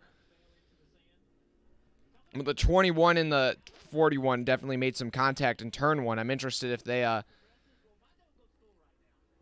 I'm just interested to see if either of them broke a toe link. I think that's something we're also going to have to keep tabs on. Is yes, these guys keep spinning, but like with the Almirola and Larson incident, if you spin into somebody else, you could definitely break a toe link. Honestly, I'm surprised when the the 1 car and the 15 came together that neither of them broke anything. That was a pretty hard impact earlier. Oh yeah, Harrison just locked it up and just backed it into the door of the 41 entering turn 1.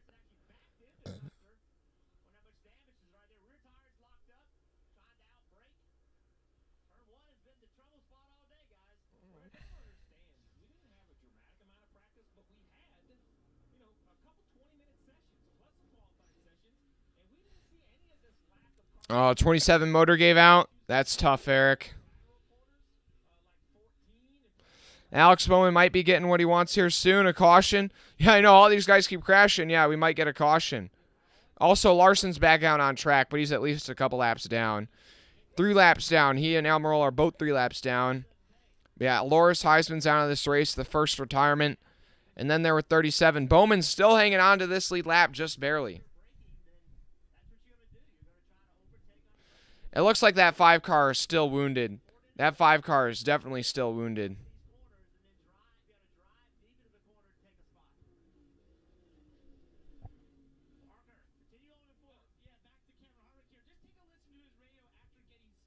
Also, after Allmendinger went off track, he dropped from 5th place all the way down to 16th.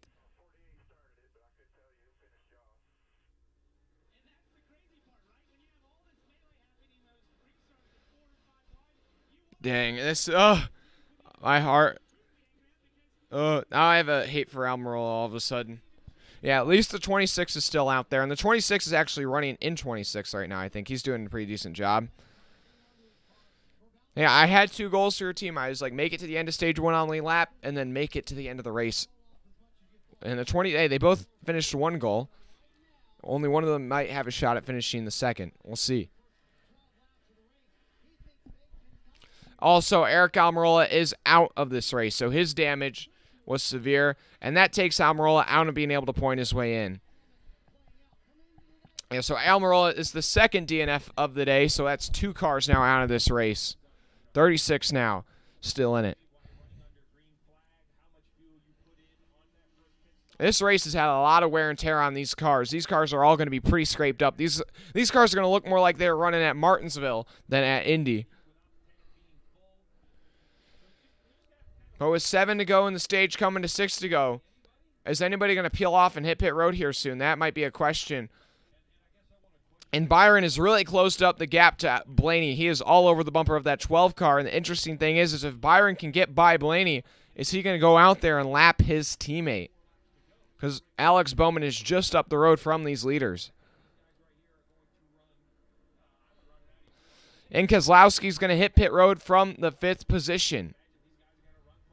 He also is on, Keselowski is not pitted yet today, so he's on the same strategy as your top 2 in Corey LaJoie, but Corey LaJoie is also already pitted. I don't know. I'm interested to see if the top two decide to stay out or not. I think the top 2 are going to have to pit, though. They're going to have to pit because they can't risk losing all that track position. We've seen what losing the track position does.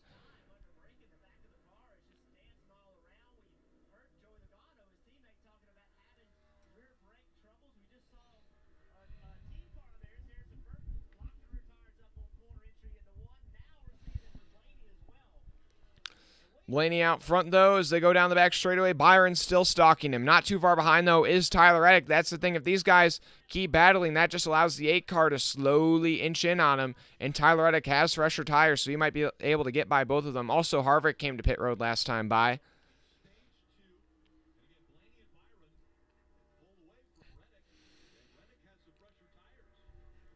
Appreciate everybody tuning in so far. Oh, yeah, Alex is going to stay out. Alex Bowman's going to stay out. Because, yeah, they know if they pit, they're going to lose a lap. And Byron's going to hit pit road with 6 to go. 6 to go. Byron hits pit road. I assume Blaney will be coming next time by. Suarez also hitting pit road from 5th position. And pit road is about to be swamped. The question is going to be who decides to stay out and try to steal some stage points.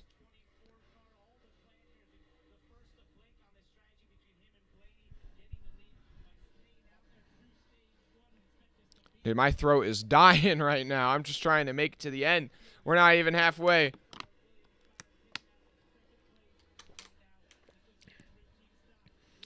Benny Coode, Buscher's the only driver from the state of Texas. From Prosper, Texas. The pride of Prosper, Texas. Chris Buscher.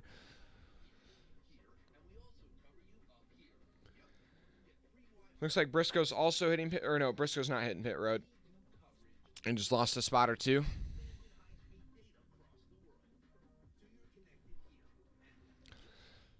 We're going to see this time by is Ryan Blaney going to hit pit road, and if so, who decides to follow him in, and who decides to stay out?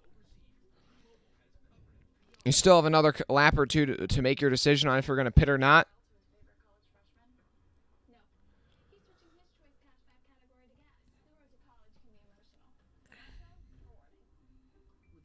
But already 2 cars down of this race and quite a few cars with issues. Joey Hand currently holding on to that lucky dog position if we were to get a caution.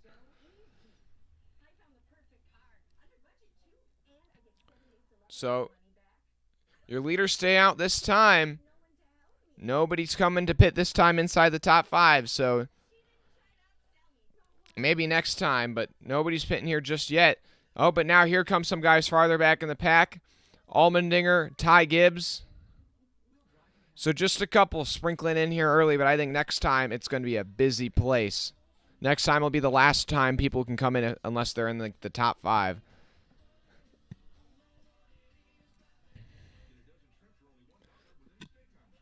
It's like you just have to pit. Track position is just too valuable. You have to come to pit road.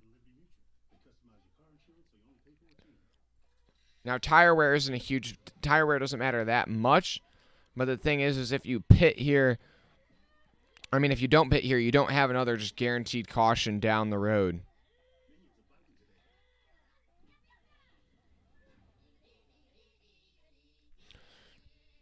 Yeah, Aaron Gladden. Yeah, it does look like Alex Bowman's just going to manage to stay on the lead lap here in stage 2, which I'm pretty surprised by, but good job for him. I really thought the leaders were going to go out there and catch him, but that did not happen. Okay, now here they come. Is Blaney going to hit pit road this time? If he doesn't hit pit road this time, he can still do it one more time. But so Blaney's going to stay out, and so does Tyler Reddick. I'm kind of surprised by this.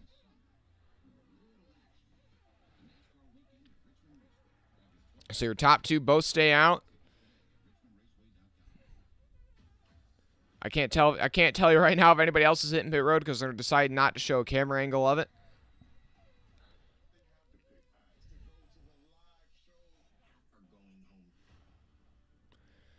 But I would not be surprised if just about everybody's hitting pit road right now, or at least 10 cars or so. Still, next time by, I feel like Blaney and Reddick have to hit pit road here.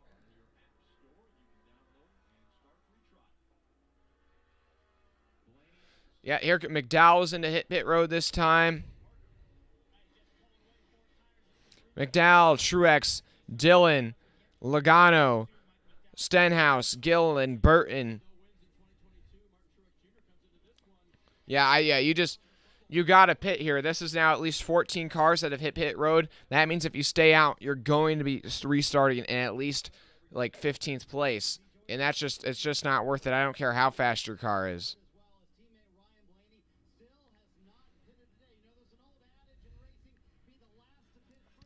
Okay, this time around, this is going to be the last time for Blaney if he wants to peel off. Is he going to peel off here? And yes, he will. Blaney's going to come in at the last possible moment. So will Tyler Reddick. What about Austin Cindric in third? Cindric's also going to come into pit. And now here they come onto pit road. But once the 2 to go comes out, pit road will be closed. Cindric's... Is Bell going to pit from 4th place, or will Bell be that first guy to stay out and get the stage win? Bell's going to stay out and win stage 2, it looks like, unless he makes a mistake. Kyle Busch, Wallace, Ty Dillon, Elliott, Hamlin, Briscoe, some others staying out here.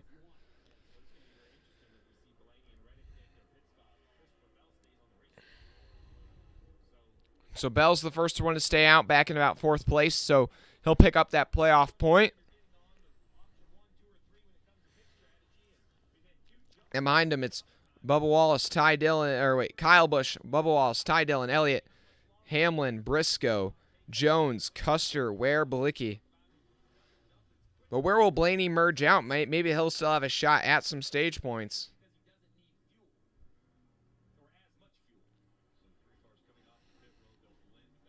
The 8 car is going to come out onto pit road in 12th place, so he might have a shot at catching up to the 41 car of Custer. It's going to be close.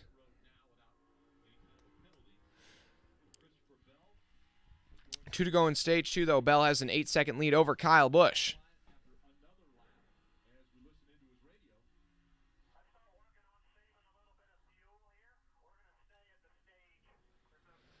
Oh, is Daniel Kvyat done for the day? I think he might be. Oh, that's tough, man.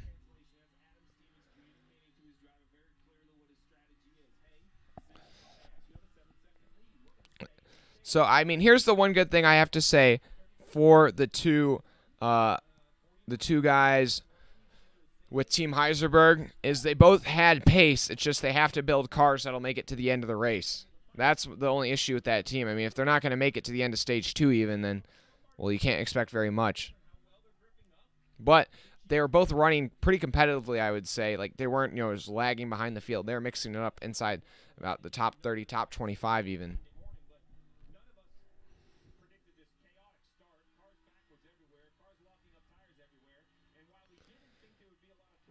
The white flag's out here in stage 1. Bell still leads. Kyle Busch is kind of making up some ground on him, but not a little too little too late. But right now, guys, Cody Ware might get some stage points, guys. Cody Ware is currently in 10th on the final lap. He's got to hold off Josh Bilicki. He might even be able to pass Eric Jones.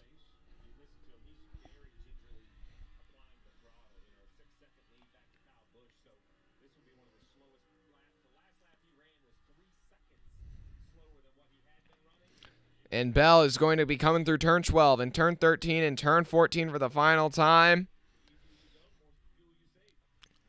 And he is going to make it here to the end of Stage 2 as your Stage 2 winner. Christopher Bell picks up another playoff point to add his playoff points from winning at New Hampshire.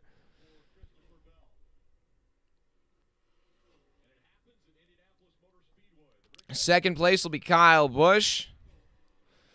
And then sneaking it home in third is Bubba Wallace, who just holds off Chase Elliott. Then in fifth, Ty Dillon. Then in sixth, you got Denny Hamlin, followed by Chase Briscoe. Then it's a bit ways back to the next couple guys. Eighth place is Colt Custer. And in ninth, Eric Jones. And Cody Ware. Cody Ware gets the stage points, guys. Cody Ware gets 10th place, gets that final stage point. Shout out to Cody Ware.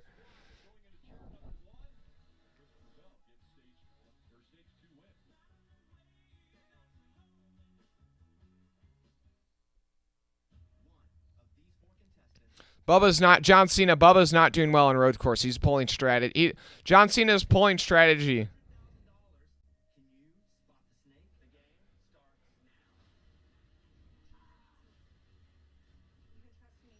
John Cena. Bubba, he just stayed out on a strategy. He's going to be restarting back in like 20th. Or not even 20th. He's going to be restarting back in like 25th. So yeah, that was Bubba's play to get some points today. That's about it. Balls, you're saying water sucks? You're saying Gatorade's better? I need some hot tea, man. That's what I need. I need some tea and honey to soothe my throat.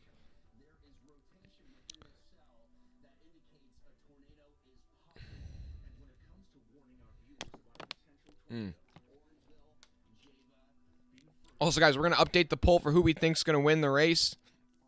Or whatever. Or wait, I don't even know if I have a poll in the chat right now. That might be my bad. Or wait, yeah, oh, my poll says your driver been caught up in an incident.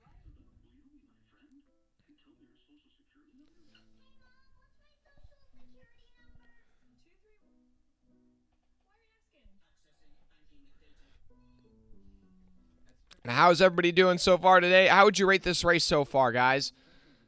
I'd say so far this race has actually been pretty dang good. A lot of drama involved. As a Larson fan, I now have a new hatred for Eric Almirola, considering that he basically took us and himself out of the race. But, I mean, what can you do? We're only 3 laps down. So, I mean, there really isn't any way to make up that ground. But, I mean, if there is, I don't know. Like, hopefully we can maybe get to 2 laps down or something and mix it up with some other guys. I'm sure other guys will get taken out of this race, and that'll open up some doors for us. Also, the free pass will be Joey Hand, so I'll put Joey Hand back on the lead lap. 32 cars back on the lead lap now. Now we got some scientists. There we go. Some scientists in the chat. Rusty's 95. Our body's 70% water.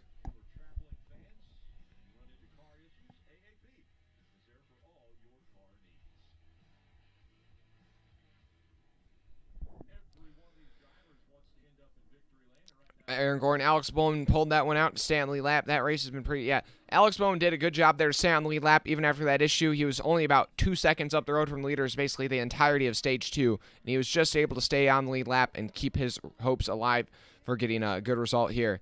But we got 30 people watching, guys. I appreciate it. Could we get up to 20 likes, guys? I would appreciate if we get up to 20 likes.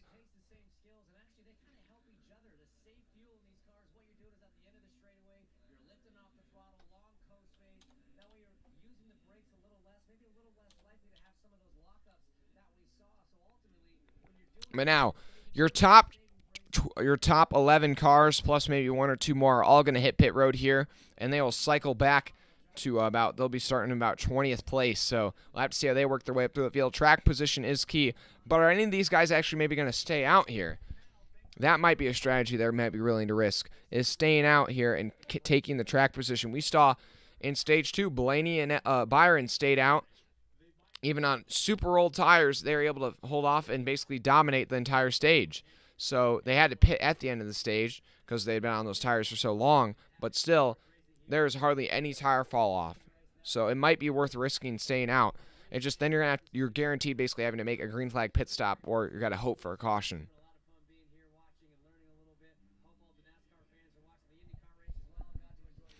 Actually, you probably would rather make a green flag pit stop than a pit stop under caution. And so it looks like about half those guys who stayed out at the end of the stage are going to pit, and about half of them aren't going to pit. You have Kyle Busch, Elliott. Is that maybe Kyle Larson coming down pit road? Yeah, I think it is, even though he's a couple laps down. You have Cody Ware, Josh Bilicki. So of the 11 cars that stayed out at the end of the stage, 4 of them are coming down pit road, and 7 of them are staying out. So yeah, we're going to have to see how that strategy works out for them. But, guys, make sure you drop a like and subscribe. We're on the road to 2,000 subscribers, guys. Currently 40 away. We're trying to get 40 by the end of the summer. Yeah, Ty Dillon in the top 5 right now. It is off a strategy call, but he has been running pretty solidly, I would say. Ty Dillon's been in the top 15 a good amount today. Yeah, this race is getting crazy. There are so many different strategies. I don't even know what's going on.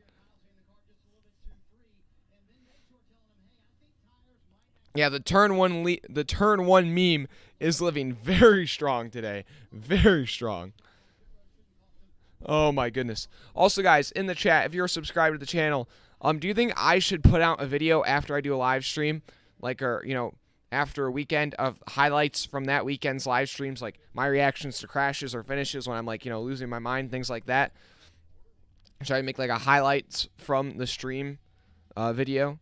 John Cena, Bubba Dillon, and wearing the top 10. Yeah, what? Yeah, strategy or something crazy is involved, and you have Bubba Wallace, Ty Dillon, and Cody Ware in the top 10 on a road course. You think so, Eric? Aaron, yeah. Okay, I think I might start doing that. I don't want to. It's gonna take a little bit of time because I gotta find the clips, but it's the Indy road course. They're getting disorientated by the right turns. Yeah. Okay. I'm gonna do it, guys. I'm going to do that now.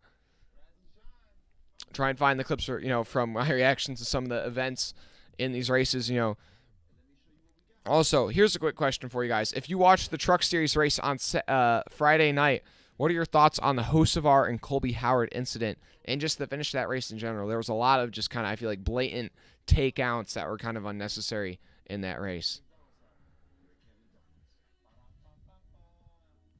Eric, I would say you guys did pretty good, and I'm interested to see you guys at the Glen as well as Kimi Räikkönen. And actually, at the Glen, if we get another entry, we might have our first 40-car field of the year, guys, or since Daytona.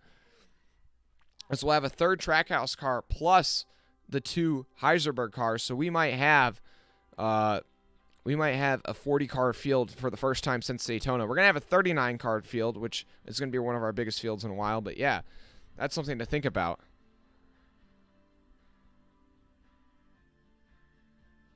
I honestly, even just having those 2 extra cars, I feel like some people are like, 36 versus 40, it's not that much. But honestly, I think it's actually a pretty big difference having 4 just extra cars on the track.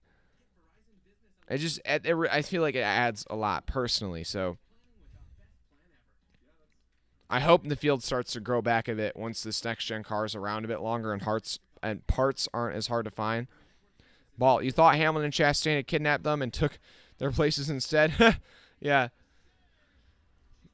That definitely, that might be a good idea. That could be a reasonable suspicion based on how well those cars are running.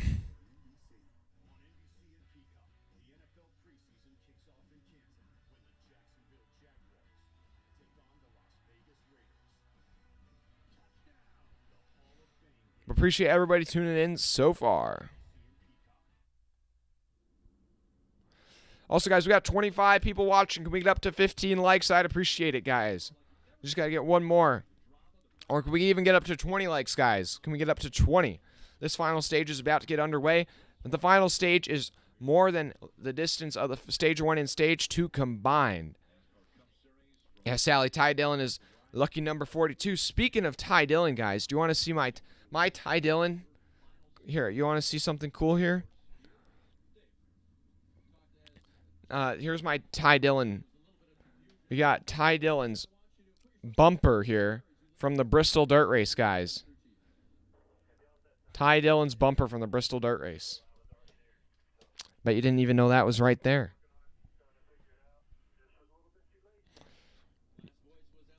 I'll second you on that one, John Cena. Nick Xer3, what website is this? This is where the leaderboard is? This is just the NASCAR website. Appreciate it. Yeah, I have a couple other pieces of sheet metal too. I have some little like corner panel slivers off a Todd Gilliland car. I have a Ricky Stenhouse Jr. door. I do have some Rick Ware Racing sheet metal. I have a Rick Ware Racing door, number 15 car. Paul, that's a great description.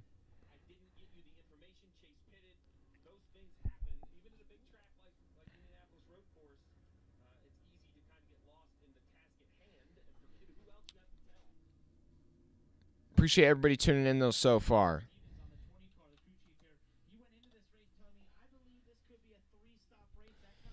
Yeah, we're not even halfway yet, guys, and this race has already been over an hour long, or over about an hour and a half long. So, I think the drama's just about to start. This restart is going to be crazy, guys. This restart, on every restart so far, we've seen 4 wide, even possibly 5 wide in a couple spots, and we've seen guys go spinning. It's just a matter of who gets spun, and you just gotta hope you're not the one involved. You gotta hope you're the one giving the push, not getting pushed. But your top 7 are all out on old tires. So we've seen, though, old tires don't make a huge difference, guys. Old tires don't make a huge difference. So we'll have to see, though, if the fresh tires, like Tyler Reddick, the first guy on fresh tires, he's the 4th car on the outside line. Can he make up any ground here on this restart? Okay, but green flags in the air. Here they come off at turn 14. Bubba Wallace on the outside. Christopher Bell on the inside. Then Ty Dillon in 3rd and Denny Hamlin in 4th. And green flags in the air. The final stage is underway at Indy. Bell gets a great launch. He's already clear of Bubba Wallace. Ty Dillon goes down to block a run from the 14 of Chase Briscoe. Tyler Reddick darts down low, makes it 3 wide down low. They're 4 wide back in the pack. Logano making, the 2 and the 12 make contact. Centric's dooring the 99. The 34 off in the grass just a bit, but they make it through pretty cleanly. Besides that, the 99 and the 2 still bumping doors. Quite a bit of contact there, but still nobody around. Everybody still on the racetrack. That might be the cleanest restart we've seen today. And now here they come through that final chicane. Can they make it through cleanly? Okay, they're there. They make it through there cleanly. And now they're 3 wide down the back straightaway. Everybody trying to get on the brakes as late as they can. In turn 6, trying to make up spots under braking. Chastain dives it in deep on Byron and Blaney. That's not going to stick. Now he's got McDowell up as it's inside. Chastain losing spots here on this restart. Chastain is on older tires than the guys around him. And he's about to get dropped back to 14th place here.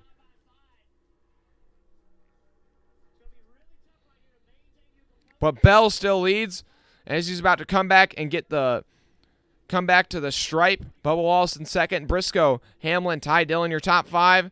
Reddick, though, is actually able to get by Ty Dillon. Now he's up to 5th place, the first guy on fresh tires. Then Blaney's the next guy on fresh tires up to 9th. Keselowski wide in the final turn. Blaney's working his way by Cole Custer. He's getting help from Byron behind him.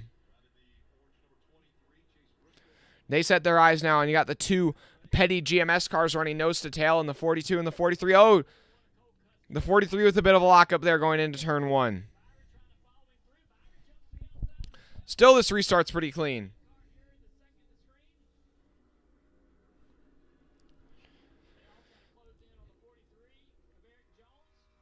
Daniel Kvyat still on pit road.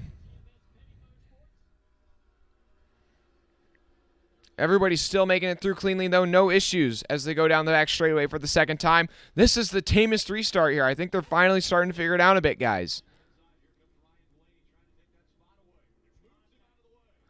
Oh, and Blaney's going to move the 43 out of the way to get by him. Oh, and somebody's deep. Who is that? Is that the 10? Or, oh, it's a 6. Oh, Keselowski. Keselowski goes deep in turn 6. That is tough.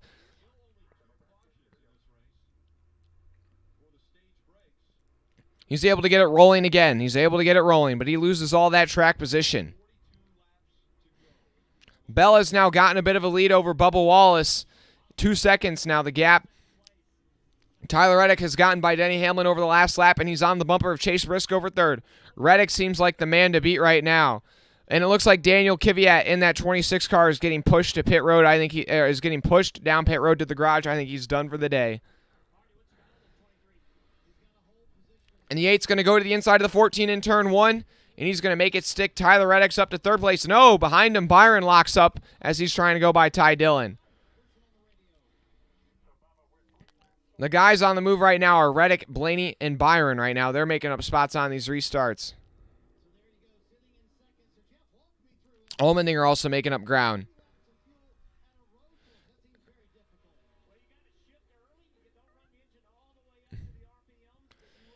And Reddick is closing in on the bumper. Bubba Wallace as they go down the back straightaway. Entering turn 6, the 8 car is going to dive down to the inside of Bubba Wallace, and it's not going to stick there. I mean, he's going to be able to set up a pass coming to that front straightaway, I bet, or turn 12, which would be before then. Yeah, the 8 car is not going to be stopped here, and here he's going to get him this time coming off of turn 10. Here they come through the sweeping turn 11, through the sweeping turn 11, and Reddick's up to second place now. Bell's got a 3.5 second lead, but Reddick is coming in a hurry.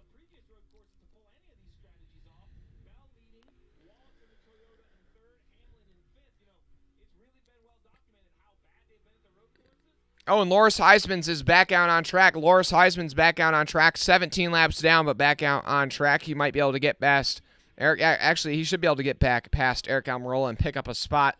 He might even pass his teammate here. Maybe we'll hope for some guys getting taken out and some incidents. He'll pick up some more spots. Right now that we've gotten about 2 laps into this run and the passing started to slow down just a bit. We'll have to keep an update, though, as we compare the lap times of Christopher Bell and Tyler Reddick. Last time by, Bell a little bit faster than Reddick. Last time by, the gap was 3.55.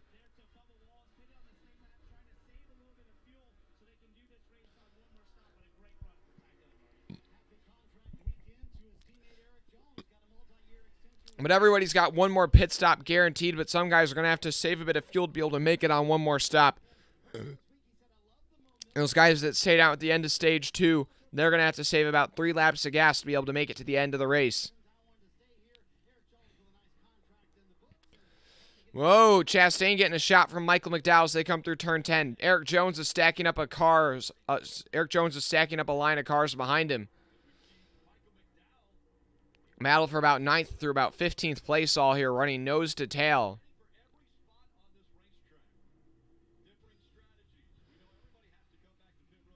But last time the restart was pretty tame, except for some contact between the 2, the 12, and the 99. But no flat tires this time, and everybody's making it through cleanly.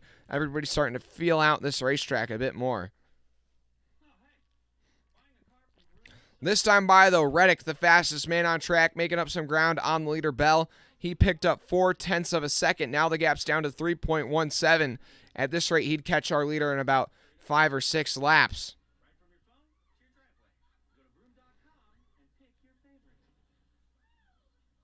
Appreciate everybody tuning in right now, guys. We got 30 people watching, but how many likes do we got right now? We got 15 likes. Could we get up to 20? Or we got 17 likes. I appreciate it, guys. Could we get up to 20 likes?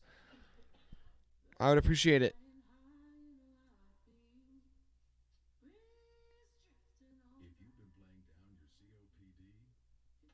Okay, I got you, Eric.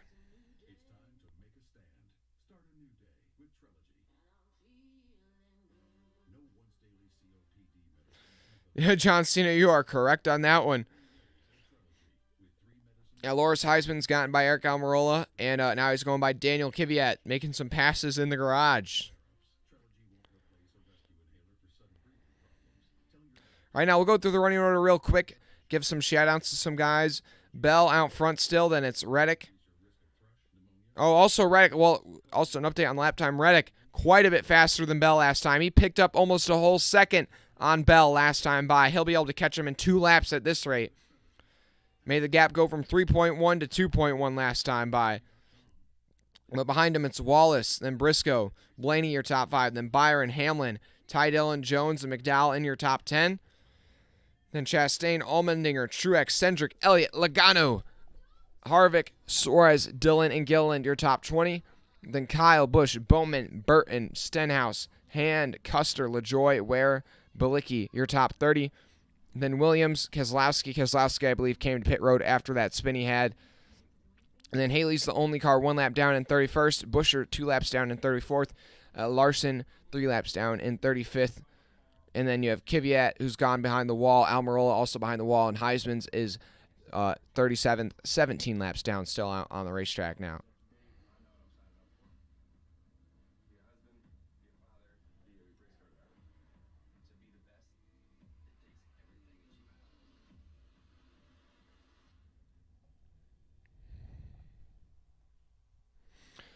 If John Cena, I swear, Bubba actually gets a road course top 3, it would be crazy. Oh, I don't think. If Bubba Wallace just finishes in the top 3, I would lose my mind. Honestly, if Bubba Wallace can hang on inside the top 10, I think that's basically a win for him. He's already got a line of cars stacked up behind him. He's got Blaney, Byron, all right, both right on his tail. Reddick last time by, able to pick up another half a second on our leader. The gap's down to 1.58. And they are gapping the rest of the field. The next guys on fresh tires are Blaney and Byron, but they are like 7 seconds behind your leaders. Yeah, that's what I'm talking about, Daniel. Yeah, Daniel collided. Yeah, Daniel Kvyat making his NASCAR debut today for Team Heiserberg in the 26 car. He was actually running. That team is like, a very back-of-the-pack team, but they're actually running pretty decent. But the engine, they had an issue with mechanically on that car. So he's done. But before that, he was running up in like the top 25. So like decent pace actually, like competitive. So, and he'll be back at Watkins Glen and I believe the Roval, and I think one more track. So keep your eye out for him. The big issue for that team so far in their couple of starts is just building their cars so that way they can make it to the end of the race. Their cars continue to have mechanical issues.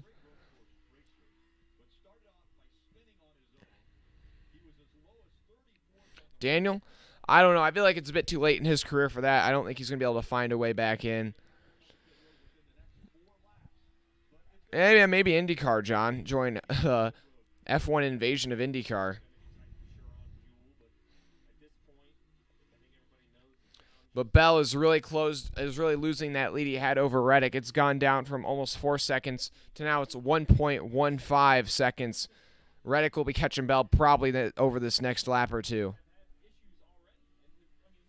But Blaney and Byron have moved forward on those fresh tires. Now they're up to 3rd and 4th place. We'll have to compare their lap times to Reddick. They're all on equal tires. But last time by, Reddick was the fastest driver on the track. Blaney not too far behind. AJ Allmendinger moving forward, though. He was 12th place a couple laps ago. Now he's up to 9th, and he's on the bumper of Ty Dillon. So I think if we get a caution, I think somebody who's going to be in the mix, if the field gets bunched back together, is AJ Allmendinger. AJ was moving forward in stage 2, and then he went off into the gravel. That cost him some spots, but he's moving forward again. I think AJ Allmendinger is a man to watch.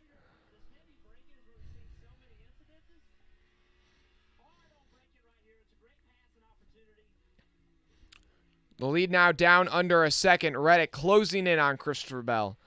But Blaney is also making up some decent lap time on your top 2. We'll see this time by who ran the fastest lap in your top 4. But Bubba Wallace has dropped back to 5th place and is now under pressure from Chase Briscoe. So, John Cena, your comments about Bubba Wallace getting the top 3, yeah, like I said, I think he's going to slowly fade outside the top 10. Also, now Allmendinger up to 8th place, setting his eyes on Denny Hamlin.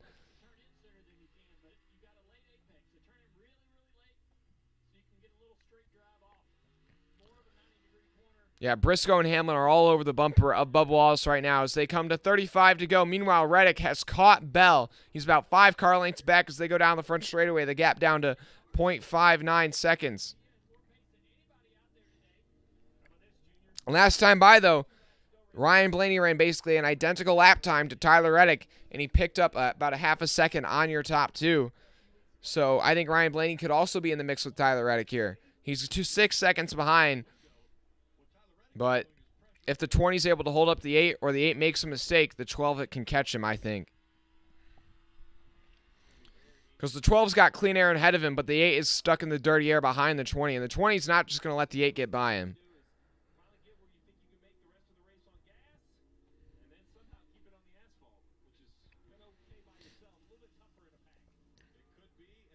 And they're cutting to commercial break meanwhile.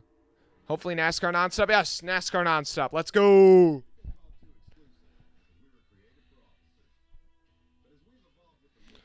Also, I think Daniel Kvyat might be back out on the racetrack, actually. So I think they've got that thing going again.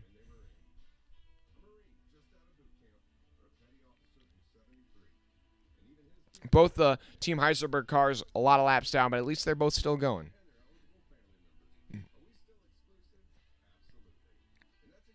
Still, no cautions for incident yet in this race, guys. So we're still waiting for the first big one, per se, or the first person to bin it in the wall or have a mechanical issue and get stuck out on track. So far, this race has been pretty tame. Meanwhile, Reddick still hasn't really caught the bumper of the 20 last time by, though. Last time by, he actually ran the same lap time as the 20, and Blaney was able to run the fastest lap in your top 4. He made up about 0.3 of a second on your leaders. He's going to have to make it up more than that if he wants to catch up to your top 2, but he is inching in on him. Also, Allmendinger's up to 7th place. He's gotten by Hamlin, and now he's going to be trying to pass Chase Briscoe.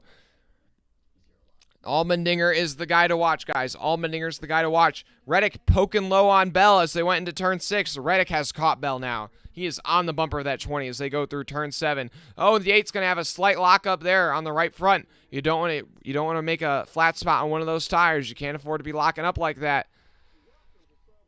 Now they come through the sweeping turn 11.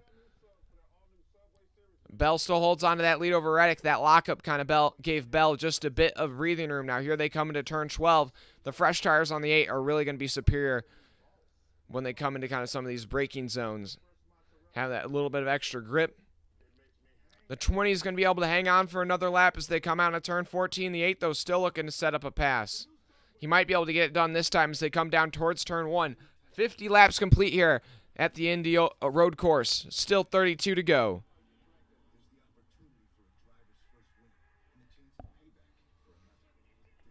Last time by, though, Reddick brought the gap down to 0.28 seconds. And Reddick was looking low on Bell that time through turn 1, but it wasn't quite able to get close enough once again. And last time by, Blaney ran the fastest lap on the track. He made up a second on your top 2. He's going to have to keep doing it if he wants to catch him. And also, Allmendinger made up 2 spots on the last lap. He's up to 5th place, and he's going to be trying to catch your top 4 as well. It's like you got Reddick. Reddick has to make quick work of Bell, so that way he doesn't allow Blaney to catch him. But I think the real guy he has to worry about is Allmendinger. Even though Allmendinger is 12 seconds off the leader, I think he might be able to catch him. But Reddick's going to go deep here in turn 6 and not quite be able to get there. He dove it down underneath the 20. They were side by side, but the 20 had the preferred line into turn 7 and was just able to hang on. Oh, the 8's going low in turn 10. Oh, that was tight. He's going to have that advantage coming into turn 11. Nope, not quite. Oh, Reddick is there. Reddick is there.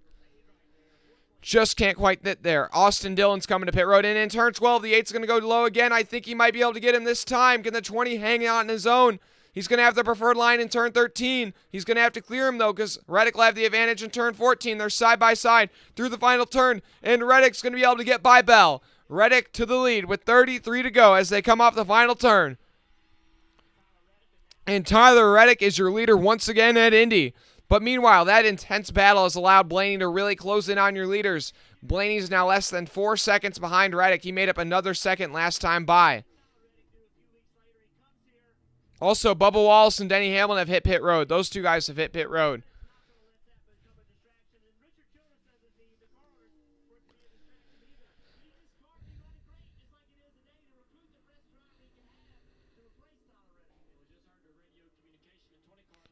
Yeah, a couple guys coming to pit road now. This is like the pit window is just now opening with 32 to go to make it to the finish. A couple guys coming to pit road now.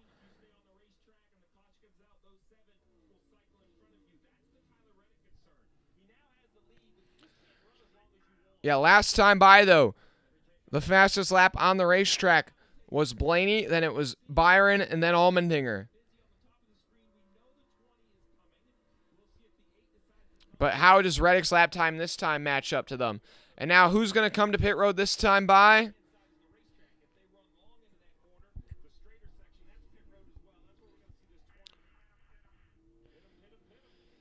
And it looks like the call is to pit, and now here comes Tyler Reddick as well as Bell. So your top two both coming into pit road. Blaney's going to stay out in third place, but then in fourth place, Byron's going to come to pit road. In fifth, Allmendinger's going to stay out.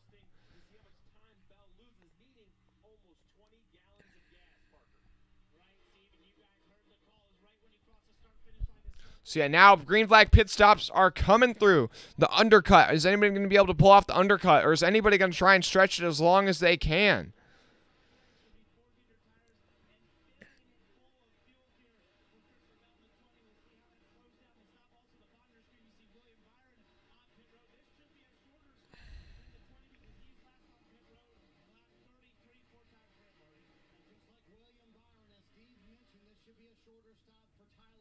Appreciate everybody tuning in, though, so far, guys. We got 40 people watching. We only got 18 likes, and we got a couple more likes.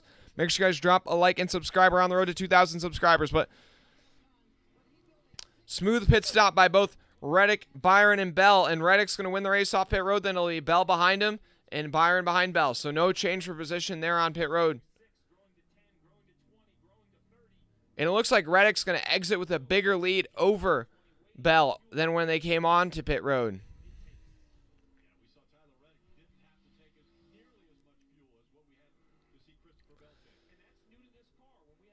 And then it's Blaney, Allmendinger, McDowell, Truex, Elliott, your top five now. But all those guys still have to pit. We'll have to see how everything cycles out.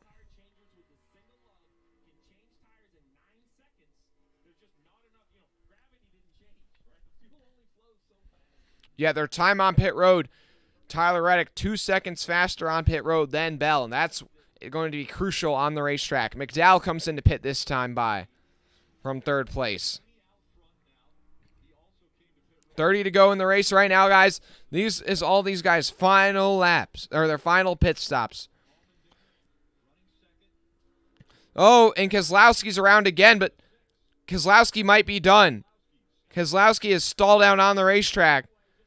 And, oh, he's going to get it refired. That is coming off of turn 5, and he's got it refired. And this has been a tough day for Keselowski. This is the third time he's around, and it's coming off of turn 5.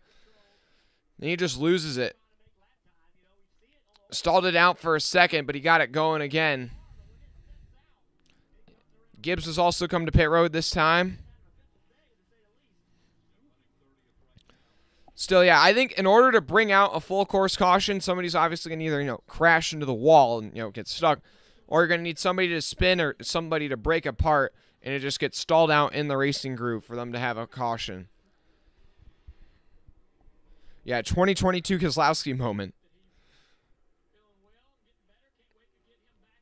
Appreciate everybody tuning in, though, guys. Now Blaney's coming into pit road.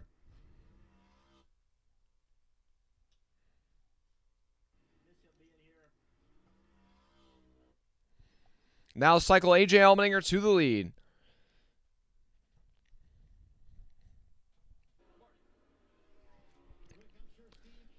Elliott also going to stay out in second place, so it looks like the first guys who have already made their pit stop is Tyler Reddick and Bell, and they're back in 13th and 14th place. So still about 11 cars or so that got a pit.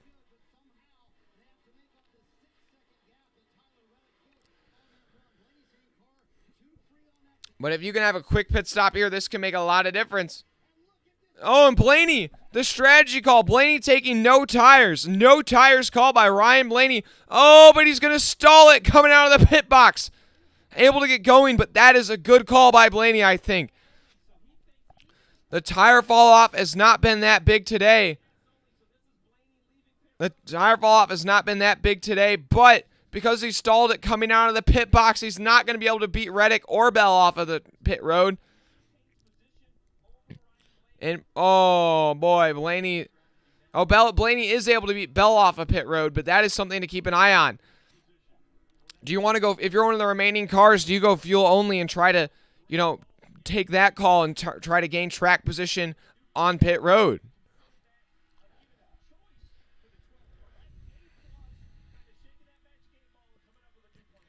That was a great idea there by Ryan Blaney. Great call, except for the fact that he stalled it coming out of his pit box. If he wouldn't have stalled it, he'd probably be a second ahead of the leader right now. Now he's 2 seconds behind the leader. And now Elliott and Truex are coming into pit from second and third spot.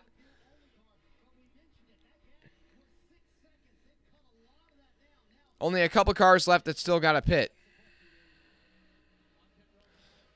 Also, I think Loris Heisman's has gone back behind the wall.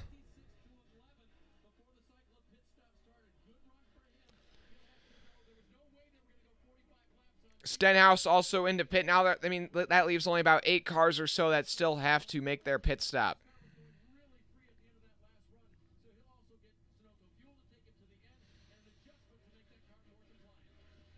All these guys, though, are coming and taking 4 tires. I'm really not surprised nobody else is trying to take no tires or maybe even risk just taking 2.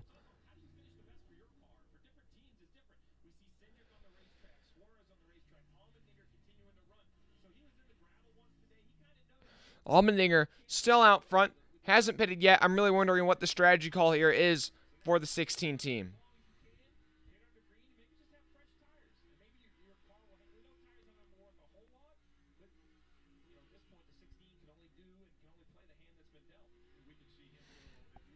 If I'm AJ Allmendinger, I'm doing the same strategy that Ryan Blaney did. Fuel only, baby. Fuel only. Also, I'm going to try and run this tank as long as I can till I'm almost empty, and then just try and get into the gas, so that way I have to put as least amount of fuel in it as I need.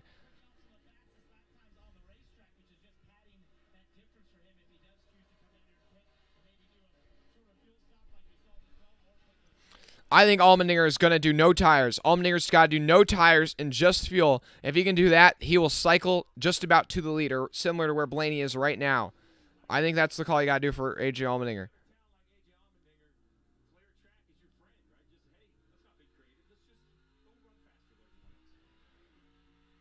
And right now, AJ Allmendinger, even though he's on old tires, he ran at 96.38, and Tyler Reddick on fresh tires ran at 96.55, so only a tenth quicker or so for Tyler Reddick last time by.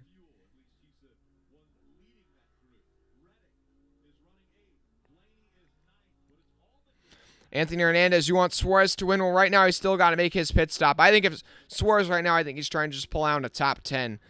He hasn't quite had the pace today.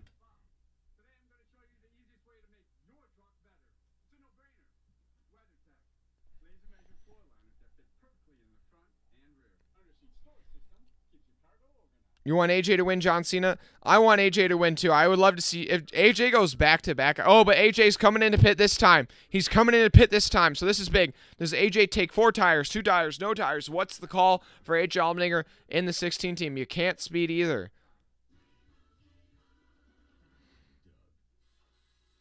Laps continuing to wind down. And he's in. Okay, they're doing tires. Are they going to do 2 or 4? It looks like they're doing 4 tires on the 16 team. So they're going to do 4 tires for AJ Allmendinger. Also, he's going to bring in a couple cars behind him, Cindric and Suarez. So now we'll have to see, where does he merge out on track? How far behind is he from Tyler Reddick? Before pit stop started, AJ Allmendinger was 12 seconds behind your leader, Tyler Reddick. If he can come out less than 12 seconds behind your leader, I guess it's somewhat of a win. Also, we got 35 people watching right now. I appreciate it. Could we get up to 20 likes? Oh, the 2 cars having a bit of a slow stop on pit road, a bit of an issue on the right rear. The 99 also having an issue on their left front for the 99. Probably going to cost him about a half a second or a second. The 99 also just kind of, I don't know, almost like stalled it out for a half a second there, exiting the pit stall. That was kind of weird.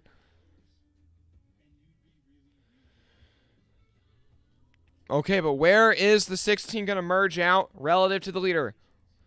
He was in 5th place at the beginning of pit stops, 12 seconds behind Tyler Reddick. And now Todd Gillen's your leader. How about that? Todd Gillen leading a couple laps. Your top 4 right now, an all-star top 4. Todd Gillen, Kyle Busch, Alex Bowman, and Joey Logano. Joey Hand.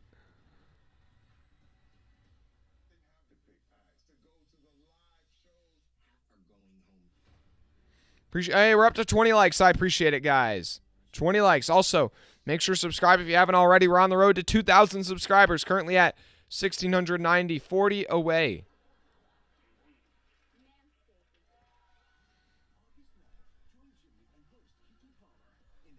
Laps continuing to wind down here at the Indy Road Course. But Todd Gilliland is leading, but he's got Kyle Busch and Alex Bowman all over his bumper. Your top 3 all running nose to tail. Okay, but now that they have been out for a lap, Reddick's in 5th place and Allmendinger's in 9th, so he's made up 1 spot on him. And Reddick is 22.4 seconds behind, and Allmendinger's 34.4. So basically, there was no change through that whole thing.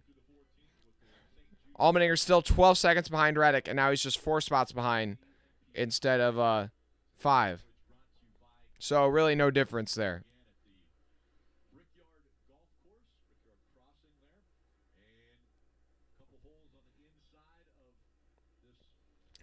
So 25 to go. It's going to be Tyler Reddick versus Bell, Blaney, Byron, and Allmendinger. Right now, Reddick leads over Bell by 3 seconds. He leads over Blaney by 4, and over Byron by 6, and over Allmendinger by 12. And Kyle Busch is going to come off to pit here with 25 to go. Still about 4 cars or so, 4 or 5 cars that got to make their pit stop.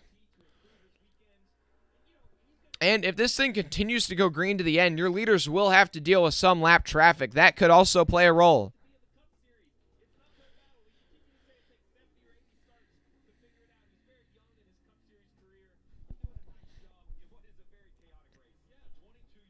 So yeah, that's the thing.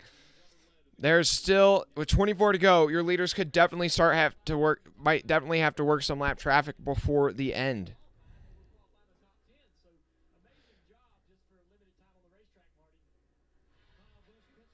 It takes about 90 seconds to do a lap here. And the tail end of the field is about 80 seconds behind, 75 seconds behind your leaders.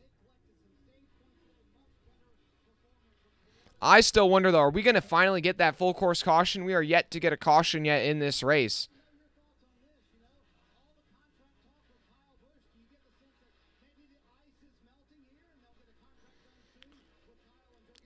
But it's Gilliland, Bowman, Hand. Your top 3 all still have to pit. Nobody else, though, still has to make their pit stop. 24 to go. Are they going to peel in and make their stop also? Are they going to try and pull some sort of strategy here? The no tire call for Blaney does not seem to be working out for him right now. Bowman's going to come into pit. Now it's just Gilliland and Hand that still have to make their pit stop.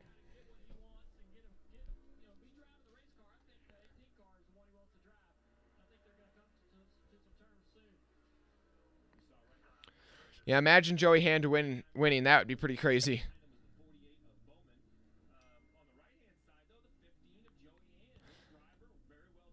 Could we get up to 25 likes, guys? I'd appreciate it.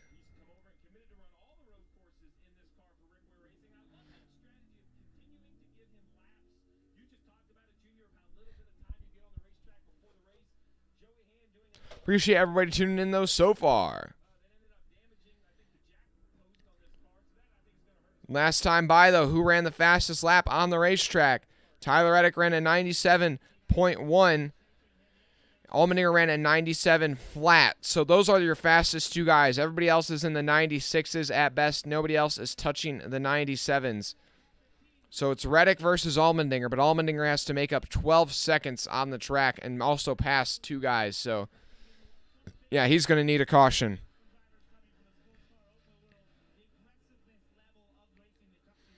Oh, and the 26 car is slow on the racetrack. Slow on the racetrack, off the pace. Flat right rear on the 26.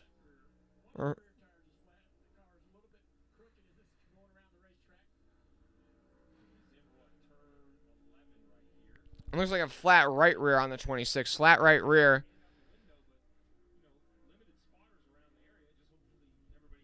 26 is trying to stay out of the way. And I think he should be able to make it to pit road. Oh, there's definitely something broke on the 26. That is definitely not a flat tire. There's more to it than that. Those rear tires are squirming around in every different direction.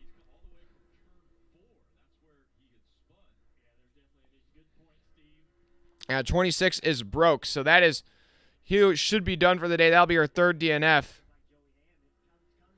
Yeah, there's something broken on those rear tires. They are squiggling around like this. It's a bit more than the flat. Oh wait, the caution's out. The caution's out. But for what? But for what? Also, Joey Hand out front right now. Gillen's in the pit. The caution's out because the leaderboard's ahead of me, but, or maybe it's not actually out and there's an issue, but it's maybe the leaderboard's about 20 seconds ahead of real time, but Hand's out front. Reddick's in second place, then Bell. I think the leaderboard's wrong. I don't think there is a caution. I don't know what that thing is now. Oh! Oh! Never mind. Big crash. Oh my gosh. Yikes. Ty Dillon, that 42 car is destroyed. My gosh, what happened? And the 5 cars also. Okay, any back marker that has crashed today has somehow taken the 5. Oh, the 5 is. Oh, I think I know what happened. I think the 5 spun and then just got destroyed by the 42. That's what I think happened.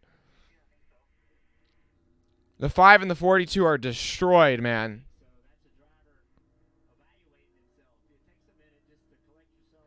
But that 42 is destroyed. The 5 isn't as badly destroyed, but they're both done for the day.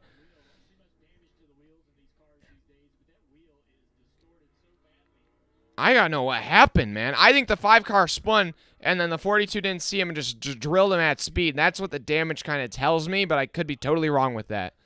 That's my guess.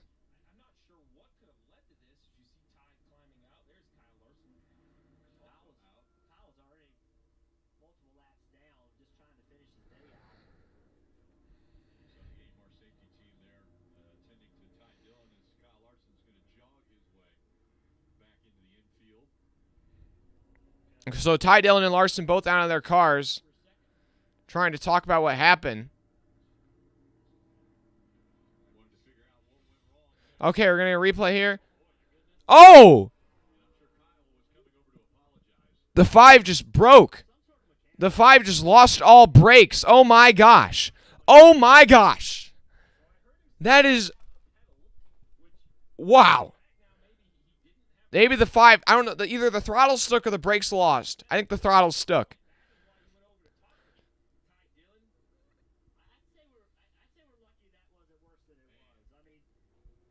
The throttle stuck on the 5 car going into turn 12, and he just throttles, and he just smashes the 42. Smashes the 42. They just door each other. The 42's windshield popped out. Oh my gosh, the 5 didn't have brakes and the throttle stuck. Oh my, that is scary. They are both done for the day, but that could have been so much worse. So much worse.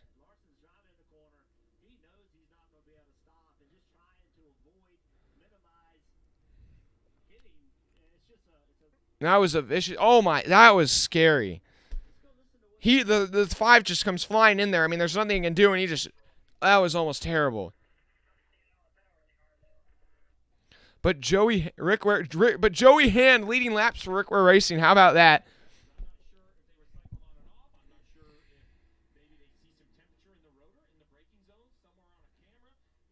NASCAR's definitely going to be inspecting this on both ends to see what caused the brakes to fail on the 5. And also, I mean, that 42 took a hit. Like, the windshield popped out, or the passenger side windshield popped out. Like, or wait, no, that wasn't even in. That was in turn 1, not turn 12. I misspoke, guys. That was in turn 1, so that's why the 5 car had so much speed. I was like, that seemed like too much speed for the turn 12 braking zone. But yeah, turn 1, yikes. Yeah, 5 lost his brakes. Wow, huge wreck, guys, huge wreck. I mean, the 5 just came in and basically KO'd the 42. Tough luck for Ty Dillon, though. Ty Dillon was actually having a good run today.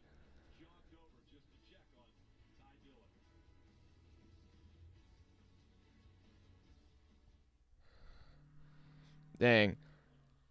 Okay, I got you, Eric. I got you. But yeah, so Joey Hand's going to hit pit road. I don't think anybody else is going to hit pit road with him. Maybe a handful of cars towards the back. But this is your 2 more retirements on the day. Yeah, so now we're down to 33 cars with Daniel Kvyat, Kyle Larson, and Ty Dillon all taking it out now. Also, the free pass, I believe, is the 31 of Justin Haley. He finally gets back on the lead lap after going a lap down on lap 1 of the race. But now this restart's about to get crazy. It's Reddick, Bell, Blaney, Byron, Allmendinger, your top 5. Then Elliott, McDowell, Truex, Cindric, Dillon, your top 10. I think any of those guys can win. 20 to go. The chaos is about to begin. At this point, you're not your final pit stop has already been made. Fresh tires do not make a difference. Track position is all that matters.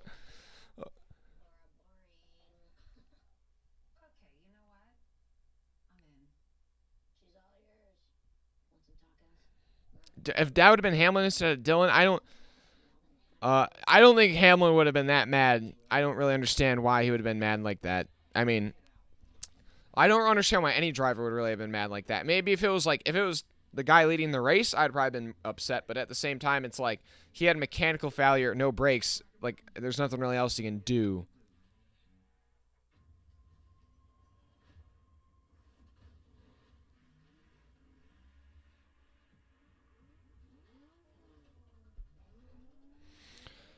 Yeah, Aaron, 16th, what a run for Alex Bowman after having issues earlier in the day. Yeah, solid run for Alex Bowman after a recovery run. Still, you kind of like wish he had a little more considering that's Hendrick equipment, you know what I mean? But he does not excel on the road courses. But I'd say, it's a solid recovery run. I'm still hoping AJ Allmendinger can sneak in there and win this baby.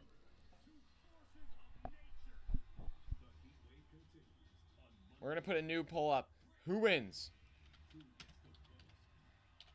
We're going to say who wins? Reddick, Bell, or Allmendinger.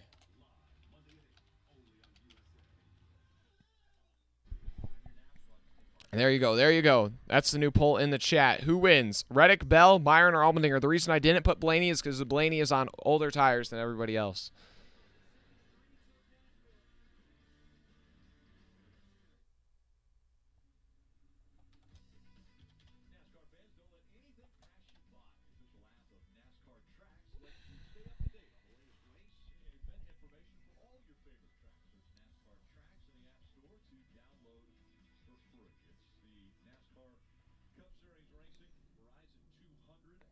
Haley, you're going with Elliott. Okay, Elliott, he's back in 6th place, not far behind, so he could definitely sneak up there and make it happen. Still, not a lot of time left in this one. Laps winding down. I think it's 19 to go now. A couple votes for Allmendinger already. I still think my mind is telling me Reddick. My heart is telling me Allmendinger.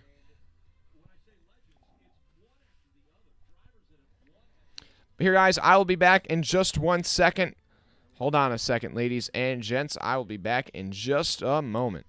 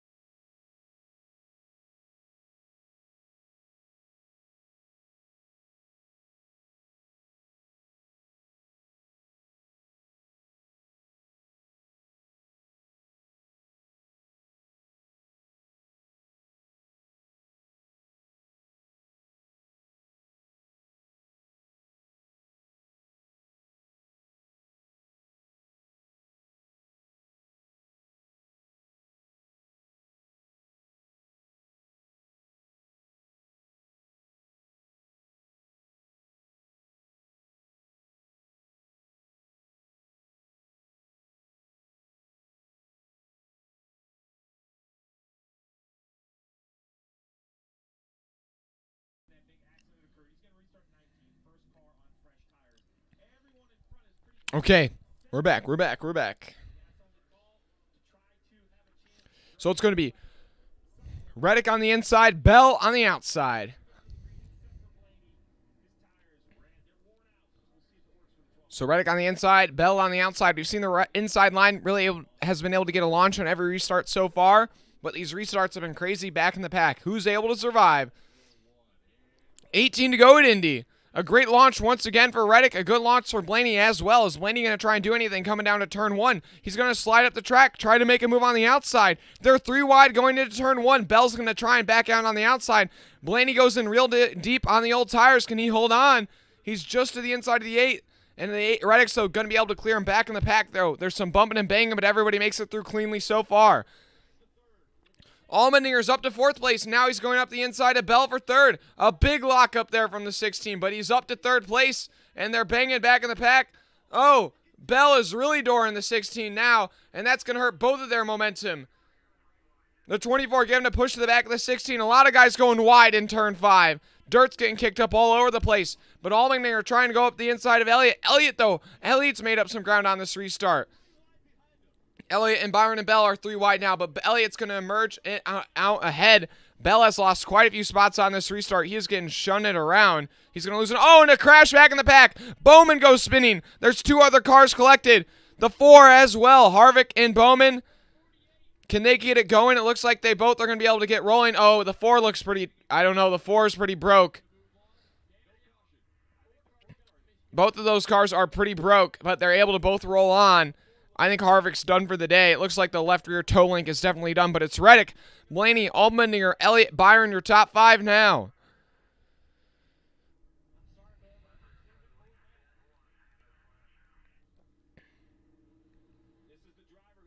Oh, boy. Tough break for Harvick. Now he's in a must-win scenario on the cut line, but it's Blaney who's up to 2nd place. And now Elliott's trying to get by Allmendinger going into turn 1. Allmendinger's not having it, though.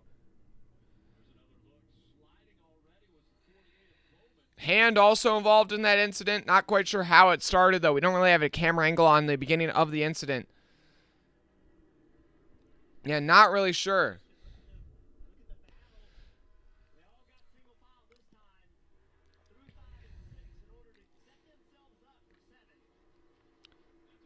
And, man, once again, this time going through turn 5, a lot of guys going off in the grass.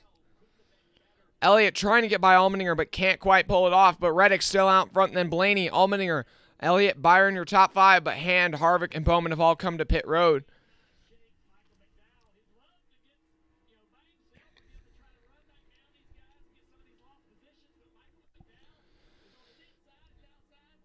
And now Elliott going to the inside of Allmendinger through turn 11 as they come to turn 12, a heavy braking zone. Elliott's going to try and go down low, and he's going to make that pass happen. Elliott's up to 3rd place. Can Chase Elliott go and take it to Tyler Reddick? Is this going to be a replay of Road America?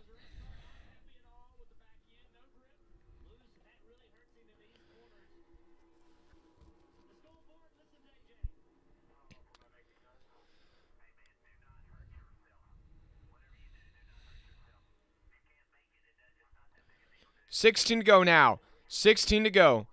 It looks like Bowman and Harvick are still on pit road. Hands come off pit road, I think.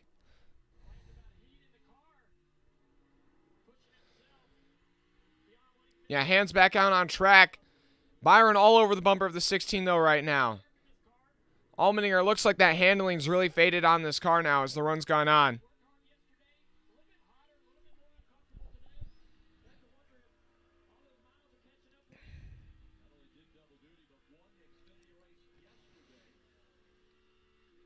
Appreciate everybody tuning in. Back in the pack, Chastain making a big move to the inside of Michael Mcdowell for 7th place. Gonna make that stick. Behind them, Suarez also trying to move forward.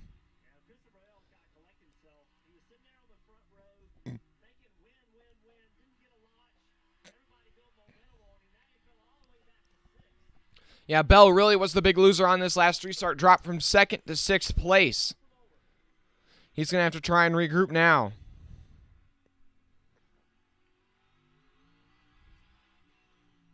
Yeah, it's Hand who's back on track. The other 2 guys involved in that incident still on pit road. I think Harvick's going to be done for the day. I think both of them are done for the day, frankly.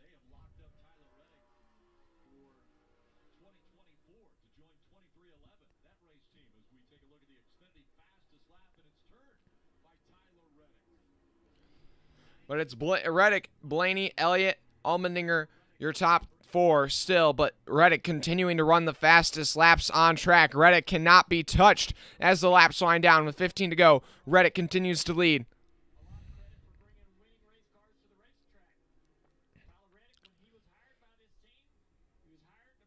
Solid run, though, going for Todd Gilliland in 10th place. Shout out to Todd Gilliland. Both Front Row Motorsports guys doing a good job. Still both of them running inside the top 10. Qualified in the top 10, but still both running in the top 10.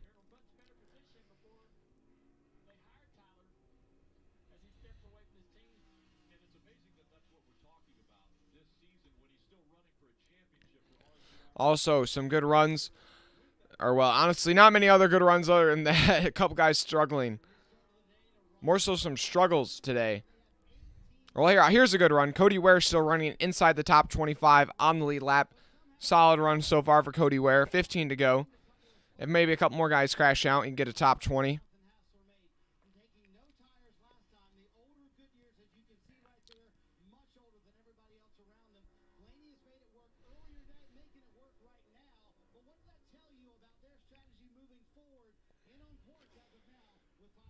I don't know, man. I just got to find this. I'm pretty interested in the fact that it's like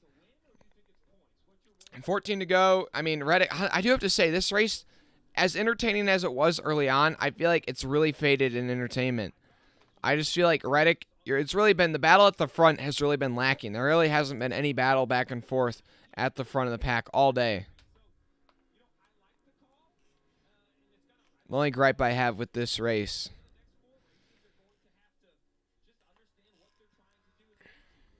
And then also, Kyle Larson getting taken out early on. Also, as a Larson fan, they always will leave a tiny bit of a sour taste in my mouth.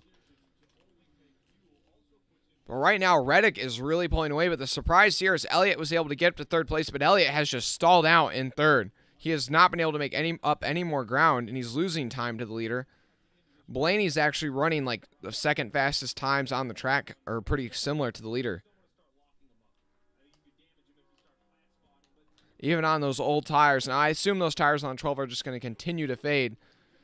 And Harvick has taken that thing to the garage. He is done for the day.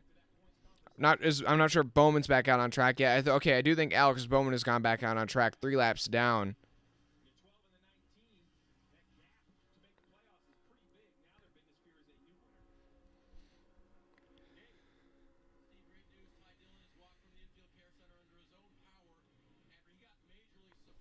And we're going to hear this audio from Ty Dillon.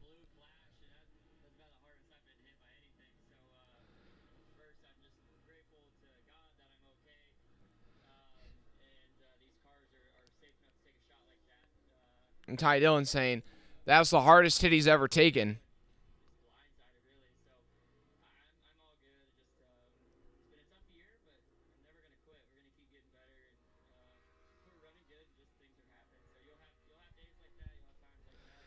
Ty Dillon, to be honest, yeah, he just said, he didn't say that was the hardest. He said that's the hardest he's ever been hit. So, wow, the majority of you guys in the chat or in the poll in the chat are saying Christopher Bell's going to win this race. But yeah, he has like the farthest behind of any of the guys in the poll.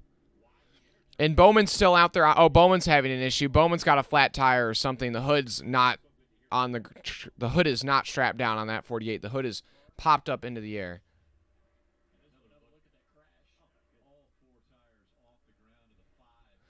The other thing that almost made it worse for the 5 is when he came in, he hit that curb and just that launched him up into the air.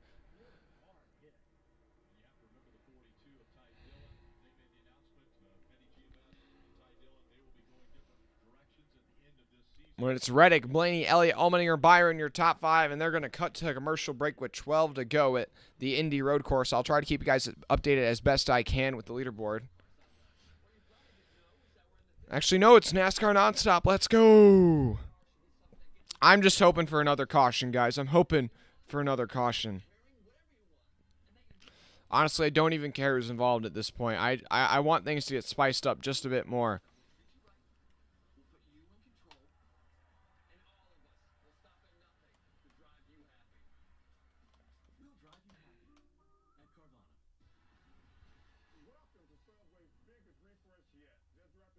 Sausage curbs will just send your car. And well, that wasn't even a sausage curb, John Cena. That was like just a slight curb. I mean, he was just hitting it at such a pace that it launched him into the air. Oh, a spinner, but they keep it going straight. They get it going straight. They just did a 360. Cole Custer goes around pretty smooth, actually. Cole Custer loops it off of turn 5 and keeps it going straight again. Still drops to the rear of the field. Tough break for him. He was running up in the 18th spot or so, I believe. It's another spot for Cody Ware, though. Oops. Oh, we're spilling the water. There we go. So we're getting a replay here. He was going into that chicane side by side with Stenhouse and just caught the curb and, yeah, looped it there.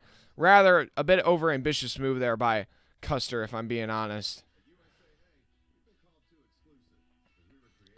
Yeah, he just loops it there going through the chicane and able to throttle right back up and get going, but lost about 10 spots.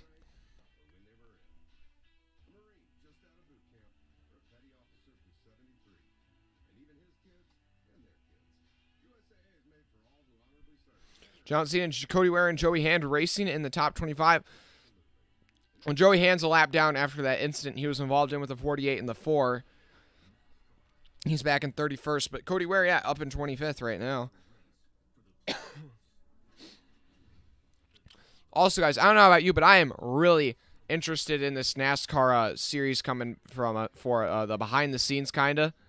I'm really interested in see how that series goes.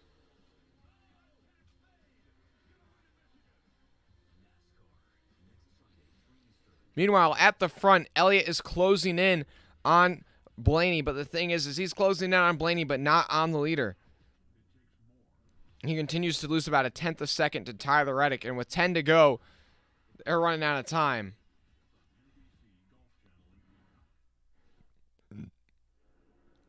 But Chastain's been moving forward on this run. He's up to 7th place.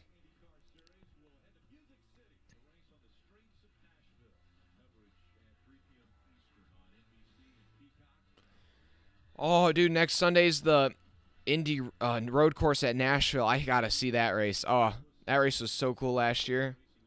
Going over that bridge. Elliott all over the bumper Blaney that time as to go through turn 1. He's got to get by Blaney quick if he wants to have a shot at catching up to the leader.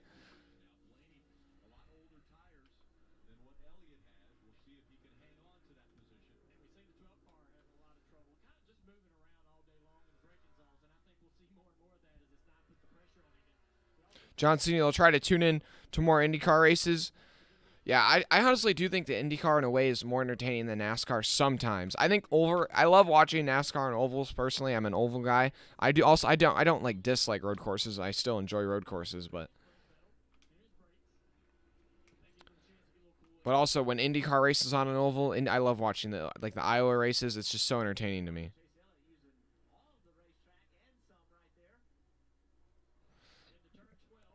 The 9 really taking a really bold line there through turn 10 and 11, trying to get a run on the 12. But every lap he runs behind the 12, every lap he loses about half a second to the leader. So he's going to have to really pick up the pace here and make a move. Oh, he's pretty close to the 12 there. Oh, the 12 just pinched him off coming off the final turn. Can Elliott get a run on Blaney this time coming to turn 1? 9 to go now, 9 to go.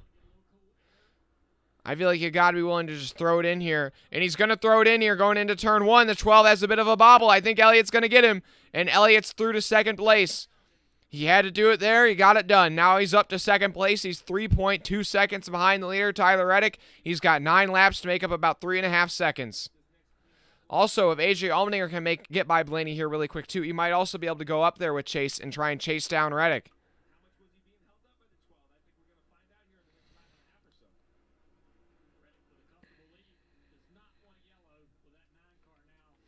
Appreciate everybody tuning in, guys. We got over 40 people watching. We only got 25 likes. We up to 30 likes. Also, make sure you take a moment to drop a like and subscribe, as it says in the bottom right-hand corner. Allmendinger on the bumper of the 12 that time through turn 9, through turn 10. He might be able to make a pass here as they come into the turn 12 braking zone. And he's not going to pull out that time. But he is able to give a kiss on the bumper of that 12 car that time. Turn 13. Turn 14. Now here they come down the main straightaway. Can Allmendinger make the move Elliott made on Blaney last time by? Also now this lap, Elliott's had about pretty much cleaner on his nose the majority of the time. We'll compare his lap time to Reddick's here in a second. But does Allmendinger pull out coming into turn 1? He's thinking about it. And it doesn't look like he's going to make the move that time. Last time by, Reddick just a tad bit slower than Elliott. I'm talking very small amount, but Elliott just a bit faster. He's got to, if Elliott can keep putting the pressure on Reddick, he might be able to just close in on him, and we might have a battle to the finish.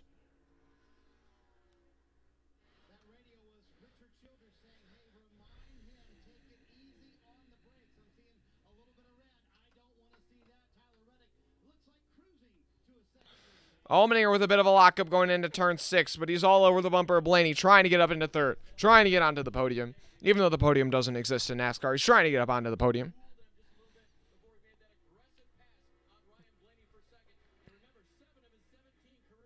But Blaney is starting to hold up a couple cars behind him.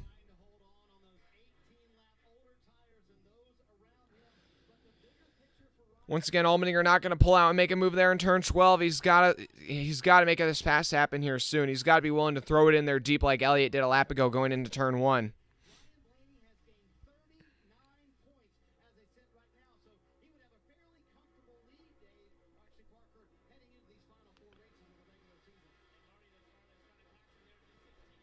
And this time going down the front straightaway is Allmendinger going to try and make the pass happen. And he's just too far back. Last time by, though, Elliott a bit faster than Reddick. Once again, he took 3/10 out of the lead. It's a 3.24 gap now. He's got to keep taking about 3/10 out of it each lap at least if he wants to catch up to Reddick with 7 to go. But Reddick does have a bit of a breathing room, so he can take it easy a little bit if he wants to. Now, I probably wouldn't take it easy, but if he wants to, he can. That's what Richard Childress is telling him to do over the radio. But then again, I don't know if I'd listen to the boss that's trying to fire you. Appreciate everybody tuning in, guys. Make sure you drop a like and subscribe. Only 40 subscribers away from 2,000.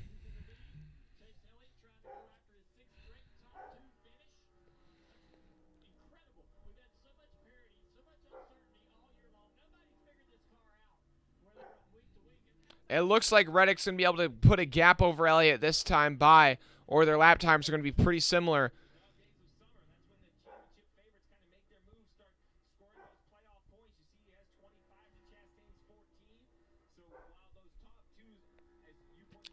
And as they come off the final turn, it's going to be 6 to go, and it's a 3.58, but the caution's out. Once again, the caution's out, but what for?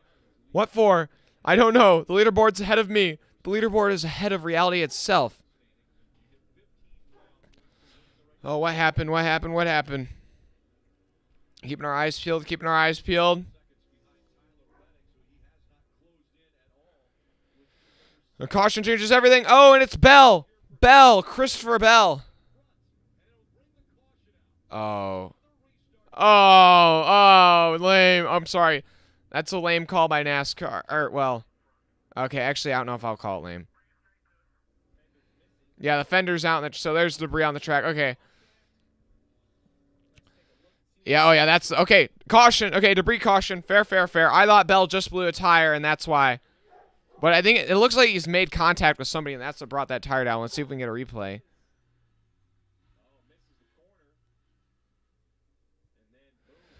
Yeah, the flat tire on the front straightaway. And basically, that put the whole fender in the racing line. So that's the caution there. That's the debris caution. But that changes everything.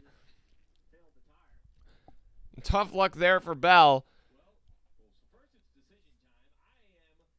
And the free pass will be Chris Buescher. Put him back on the lead lap after having that fire earlier in the race in stage 2. But, guys, now we're going into overtime, guys. We're going into overtime. And, I think we're going to get another caution. We got a special guest right now on the stream. The special guest decided to join us. Look at this special guest.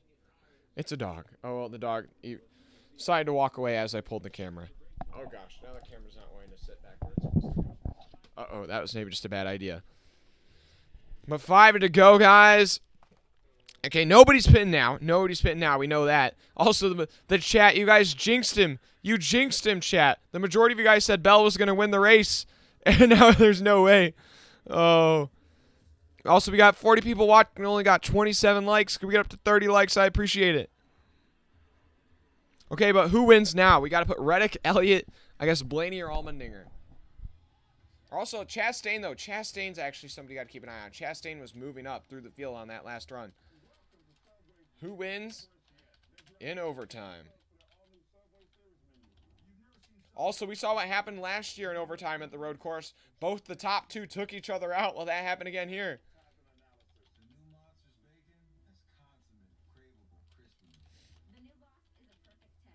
Elliott, Blaney, and Allmendinger. And the question, who's going to get spun going into turn 1? Because somebody's getting spun going into turn 1. It's just 2 guys. Place your bets in the chat. Who gets spun going into turn 1?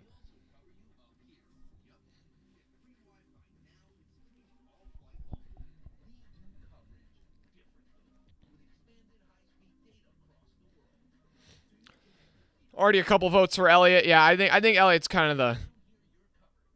Yeah, Anthony, I guess this gives Suarez a shot in 7th place. Both Trackhouse cars actually running in 6th and 7th place. That's a quietly strong run for both that team, as well as both Front Row Motorsports cars running inside the top 10. Todd Gilliland still searching for his first career top 10. Could he get it today?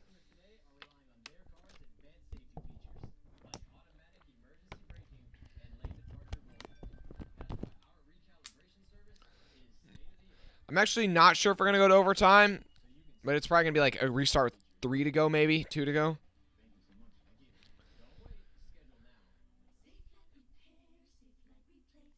Yeah, Bell may or may not be done for the day. I think they can probably get him back out there.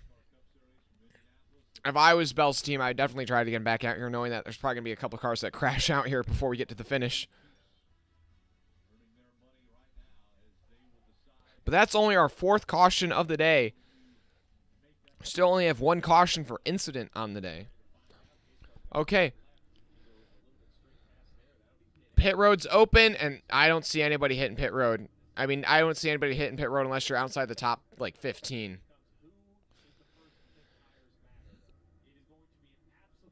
Okay, I don't see anybody coming to pit road yet. Hamlin's the first one to go. Hamlin's all the way back in, 12th. Okay, now Keselowski's coming in.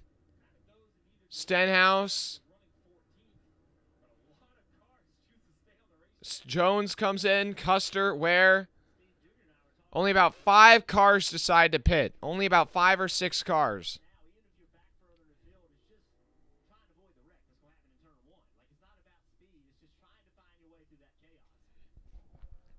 So yeah, only about 5 or 6 cars going to be pitting here. I'm not very surprised by that. And so I think we'll be going green next time by, so that'll be with 3 to go.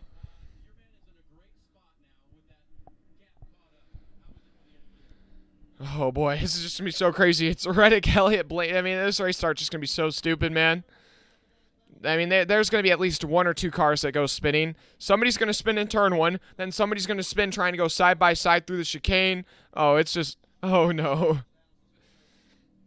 But right now... Almost everybody thinks Elliott's going to win this race. Everybody thinks Elliott's going to be able to pull it out. Elliott's trying to keep his streak of top 2 finishes alive right now.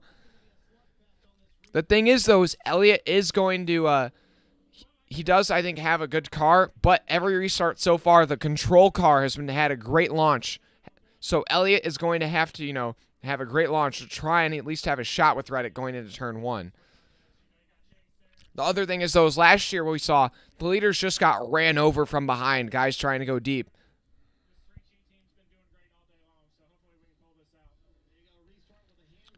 Also, guys, do we have another caution Guys in the chat, do we have another caution or does it go green to the end? Another caution or green to the end? Also, it's going to be a 2 to go in the race, but it's going to be a green-white checkered, but not overtime.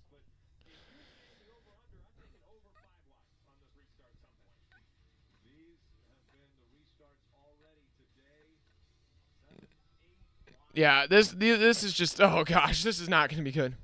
Metal to the pedal? You mean pedal to the metal? You mean, John? Melinda? Come on, Chase. Put the metal to the metal. John Cena, if they put a metal to the metal, we'll have Kyle Larson. Yeah. Chuck G. Green. Yeah, it's going to be a green-white checkered, but not overtime, so 2 to go probably when they get the green. Appreciate everybody tuning in, guys. We got almost 50 people watching. Make sure you drop a like and subscribe. We're on the road to 2,000 subscribers. We're 40 away. Try and get there before the end of summer. Appreciate we got about 5 new subscribers today. I appreciate it. Oh, no, we're going to go green this time by. We're going to go green this time by with 3 to go. It's going to be Reddick, Elliott, coming to green, Reddick on the inside, Elliott on the outside. So it's going to be 3 to go, not 2 to go. So 3 to go. Reddick on the inside, Elliott on the outside, then Blaney and Allmendinger in row 2. I'm not looking at the chat. I don't want to get spoiled.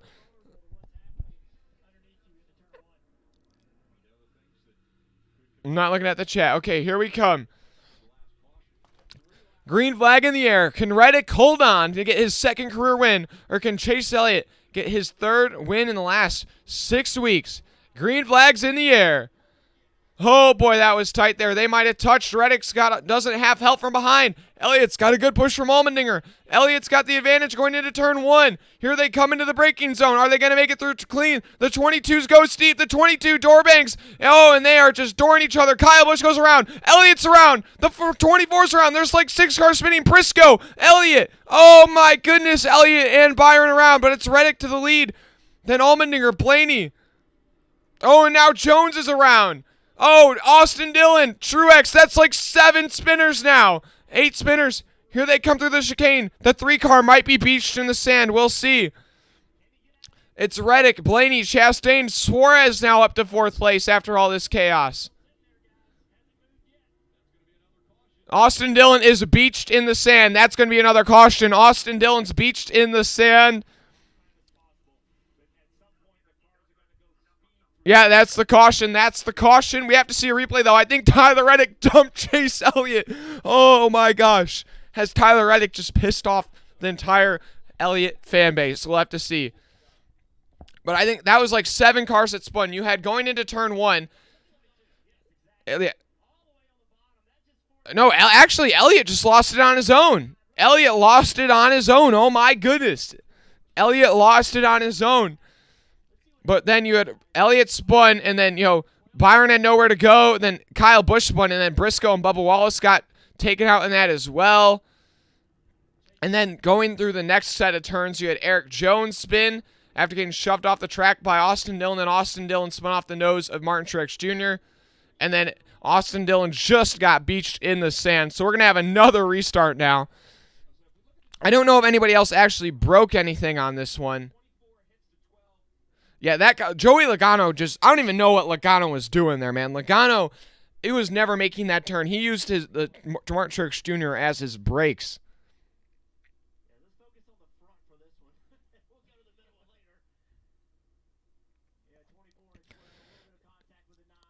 Yeah, the 9 might have just gotten a slight tap from Blaney, but I mean, he just the slightest contact, if maybe not any, and he just went around. But now it's Reddick, Allmendinger, Blaney, Chastain, Suarez, McDowell, Cindric, Gilliland, Wallace, and Burton, your top 10.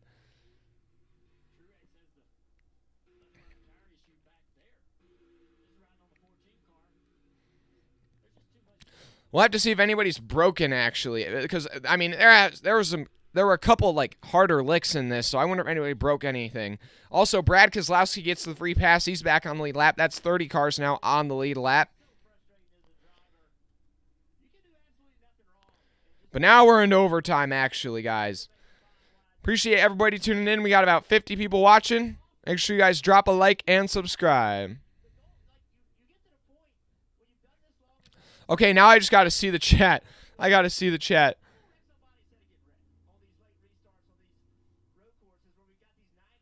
Also, once again, you guys, in the poll, 50% of you guys said Elliott was going to win, and then he gets taken out in this crash. Oh, my gosh. We have to end the poll again and adjust it. You guys keep jinxing the guy in the poll. Okay, now we say who wins again.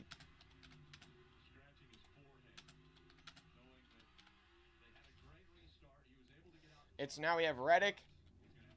We'll say Allmendinger.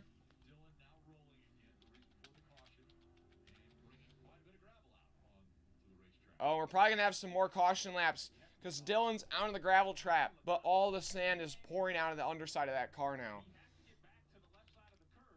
We have Blaney, we'll say, as an option. Or Chastain has now worked his way into the top 4. They're trying to repair that 24 car.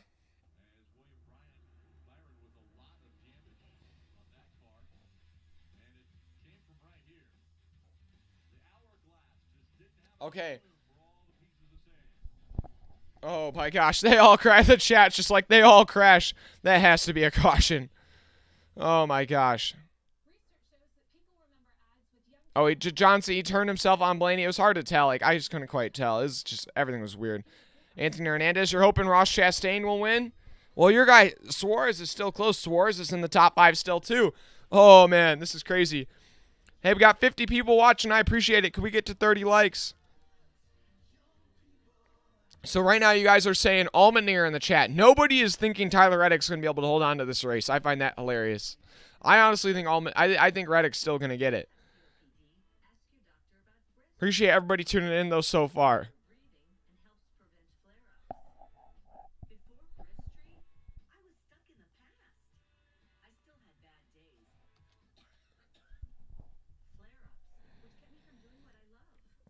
This is just so crazy. This is like, that restart there was just, it was like, I think 8 cars spun. I don't even know. So, okay, the 2 guys that are really taken out from that one are William Byron and Austin Dillon. And also Alex Bowman is also out of this race from earlier. So, Austin Dillon's actually still out there, but I think Byron might be done for the day. So that leaves 30 cars in this race. So all the Hendrick cars now have had issues today. This has been a bad day for Hendrick. Larson's out, Bowman's out, Byron's out, and Elliott has been caught up in that last one. He's in 23rd. So I don't think a single Hendrick car might finish inside the top 20. That could happen. Also, Cody Ware in P21. Oh, guys, I got to bring back the Cody Ware chant. Cody, Cody, Cody, Cody. Or wait, it's like, chat, here, you do this with me. I say Cody, and then you guys in the chat say Ware. So, Cody, then you say Where, and it's like, Cody, Where, Cody, Where. No.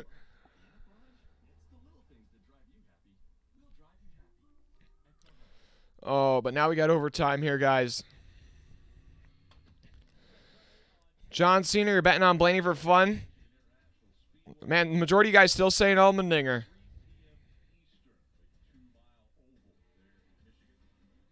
Oh, I could have added other, but I wanted to just kind of keep it simple with the top 4. Chuck G. Let's go. What's up? Chuck G said where? Eric Chocolate saying where? Where? I love it, guys. I'm loving it. I love it. It's a bit delayed. The chat's about 30 seconds behind me, but I love it. We got 30 likes as well. I appreciate it, guys. Yeah, so now it's going to be Reddick, Allmendinger going at it, as well as Blaney and Chastain. I mean, we saw 5 wide into turn 1 on the last restart back in the pack. I think we're about to see a bit more of that. I don't know. I don't think it's going to work, but the thing is, though, is if we get another overtime, does fuel become an issue?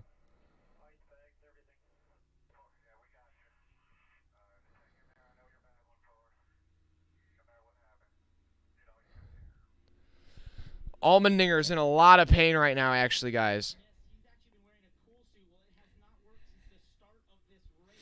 So Allmendinger is having no cooling in that car. Allmendinger is baking in that car.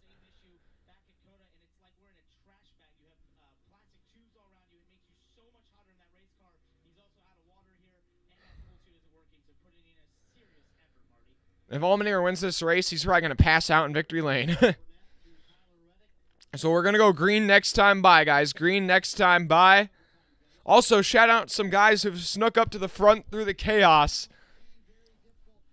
You have Todd Gilliland, Harrison Burton, and Bubba Wallace all in the top 10. Stenhouse and LaJoy in 11th and 12th. Corey LaJoy top 10 maybe? Corey LaJoy top 10? Ty Gibbs in 16th place. He could have a shot at the top 10. Josh Balicki in 18th. Cody Ware in 22nd. Josh Williams in 23rd. Oh, boy. And I think Byron is done for the day as well. So Byron is done for the day. Only one Hendrick car remains. Hey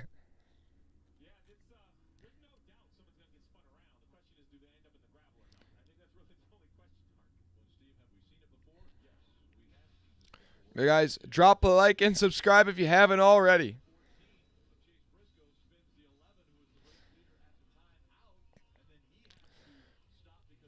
Looking at the chat. Yeah, Chuck G, no pain, no gain. Anthony, you're going to have a heart attack.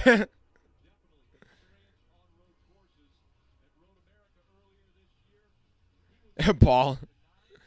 You know, there's no air in that 16 car. And he's also wearing a cool suit, but it's not working. So, and he's out of water.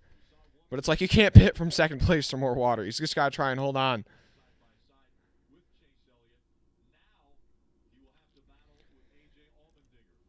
Also, guys, if we're able to keep the streak of first-time winners on road courses, the first person in the running order who would get their first ever career win would be Todd Gilliland or Harrison Burton in 8th and 9th place.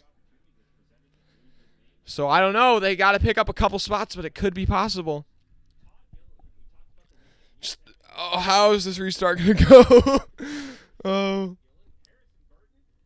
Like nobody's willing to give an inch.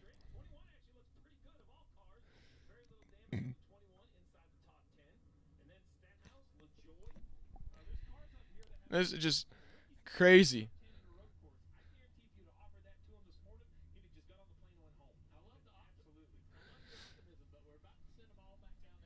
Oh gosh, they're all okay. Okay. They're doing some extra cleanup actually. So we're gonna do another caution lap or two. Like I mentioned, we're not going green this time because I don't know if you heard me a little bit while ago. Austin Dillon was in that sand trap, and then he came out of the sand trap, but he just dumped a whole bunch of sand all over the racetrack, and right now they got crews trying to get the sand off the racing line. So we might have a couple more laps of caution, but also these extra laps of caution, guys, fuel window is a key. A lot of these guys have now been out on track for 33 laps. The fuel window is considered to be 33 laps, but that's without caution. So if we get another overtime attempt, fuel could definitely become an issue. If we have 2 overtime attempts, then then fuel will definitely become an issue.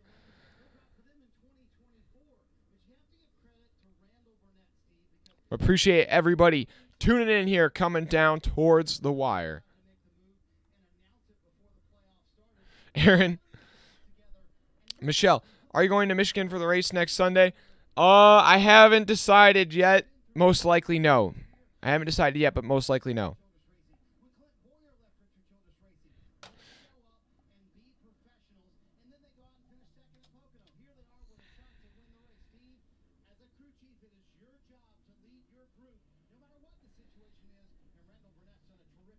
But I will also, this coming week, guys, I will not be able to live stream the Truck Series or the Xfinity Series. Or at least I don't believe so.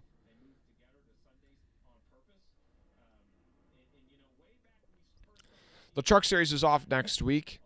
And the Xfinity Series, what time is their race next Saturday? It depends. I have work, most likely not. It's at 3:30, so yeah, most likely not, guys. Most likely no stream next Saturday. And then maybe or maybe not a stream next Sunday, depending on if I have work. Or not depending on if I go to the race.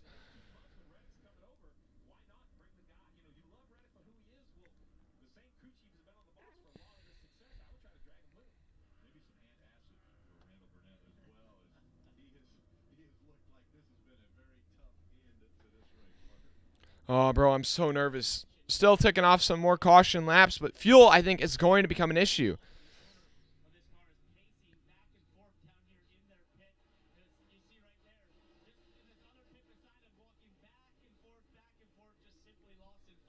This is so random. The 39, they're on like the Cup Series pit road, but the 39 of Ryan Sieg, they have their pit box still set up on pit road for the Cup Series race. That's so random. I don't know why that's there. Maybe some teams like borrow parts off of it, or maybe it's from the 26 and the 27. Maybe they have a partnership where they use their stuff on Sunday.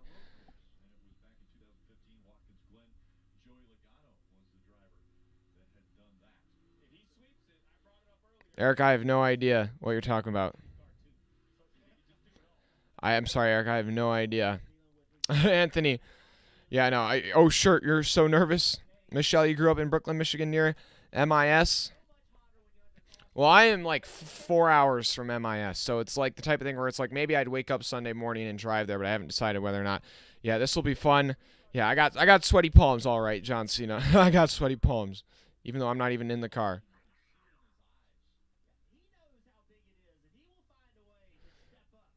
Oh, you use Ryan Sieg stuff? Okay.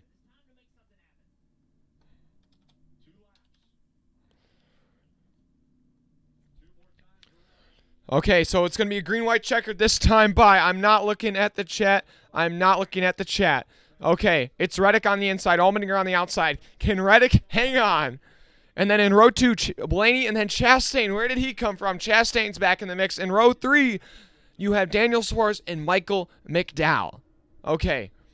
Here they come. The green flag's in the air. Can they make it through cleanly this time?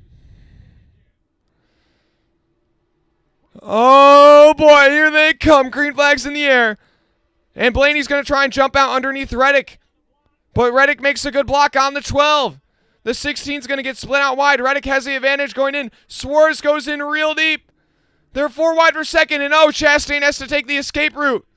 And they all go deep. Okay, some people are going to go take the escape route. Oh, and Blaney spun off the nose of the 16. Oh, there's nowhere to go.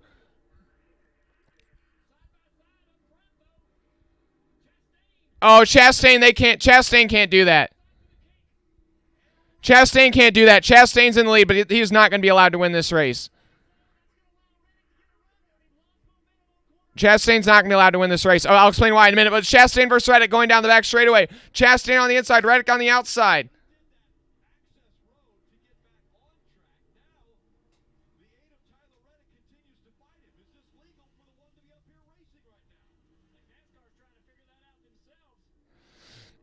Reddick trying to cross over Chastain. Chastain's in the lead with 2 to go. Oh, my goodness. I don't know what's going to happen. Cendric's in third waiting. Hoping maybe these two guys take each other out. Oh, Chastain catches the curb a bit. Now Reddick's going to be on the outside. Here they come into turn 12. Turn 13. Reddick's going to try and take the outside line around Chastain. Here they come through turn 13. Now Reddick's back to the lead. Reddick's your new leader as they come off the final turn. Reddick will lead them to the white flag. White flag in the air. Next flag will end it. Who's going to dive it in this braking zone? Chastain and Cendric can both go in. Chastain's not going to send it in. I'm pretty surprised by that. Chastain is there on the bumper of the 8, but the 8's starting to pull away. And the 8 is clear of the 1 this time by. As they go through turn 4, as they approach turn 5. And now Reddick is gone to the lead. Harrison Burton in 4th place. How about that? Todd Gilliland in 5th. Both of those guys could get their first ever top 5s. Back in the back, somebody's off the pace. But it's Reddick through 7. Reddick through 8.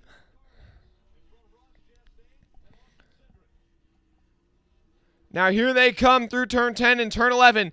This is going to be one of the last passing opportunities. Is Chastain even within range to send it in on Tyler Reddick?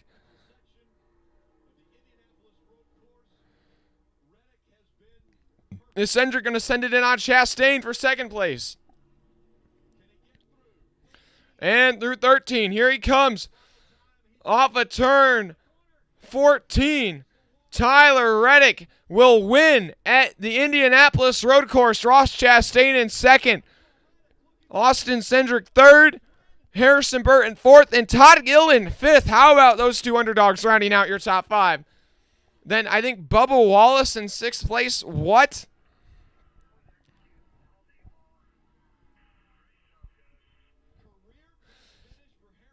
Logano in 7th, Allmendinger 8th, McDowell 9th, and Custer in 10th.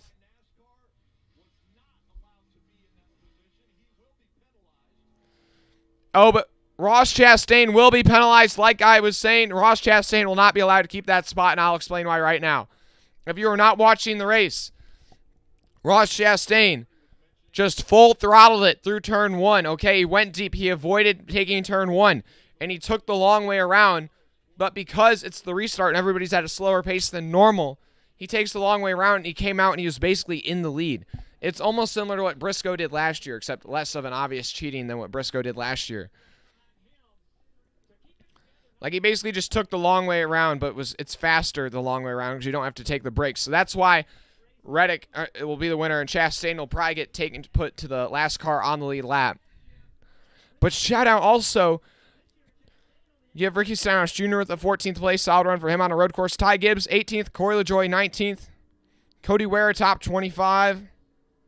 Ryan Blaney got shuffled back to 27th. Suarez back to 28th.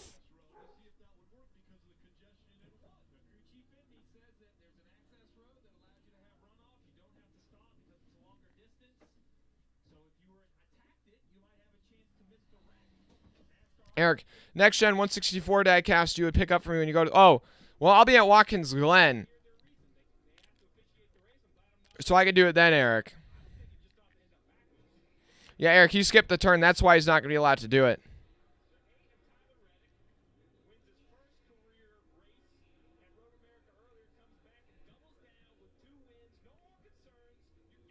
Michelle, you'll cheer for Michigan State, but not when State plays against Michigan. That was just such... That race was so crazy, but also so stupid.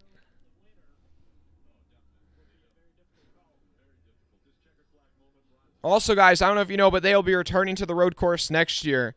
I know there's speculation on if it would be the road course or the oval next year, but it'll be the road course for the 3rd year. A crazy finish. So, wait, what do you... Before you guys go, give that race out of 10. 10 out of 10 is the best. 1 out of 10 is bad. I'm going to give it like a... It's an 8 out of 10 for me. Even though I feel like you could argue it being like a 9 out of 10 or something like that. It just felt almost like stupid at the end. Like, it didn't even feel like... It kind of felt like last year, like, where it's just kind of chaos. Like, nobody really had any... Like, NASCAR themselves didn't have control over the race.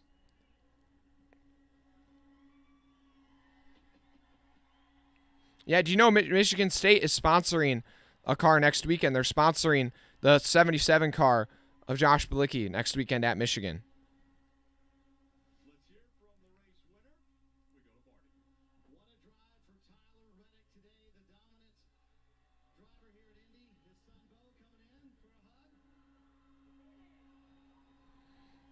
Tyler Reddick gets it done. For the 2nd time this year, gets his 2nd career win. Goes back-to-back on road courses. You got to know he's looking forward to the Charlotte Roval now. 8 out of 10 for you, Aaron. 8.5 out of 10 for you, John.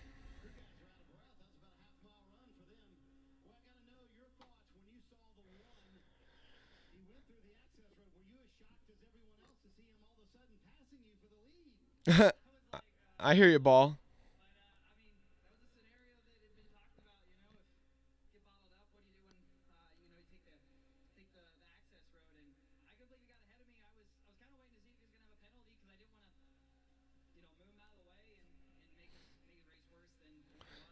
Yeah, Chastain just throttles up in turn 1 and just dips and just takes like the shortcut almost.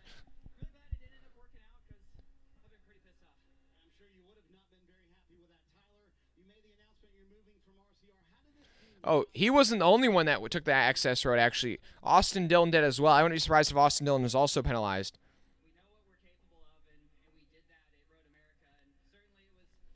Appreciate everybody tuning in, guys. We'll keep this one up for just a bit longer. The majority of you guys in the chat ended up getting it right in the end on the last one. You didn't jinx him that time. But tomorrow, guys, I'll upload a short video of highlights from this stream and the Truck Series stream. So make sure you guys check that out.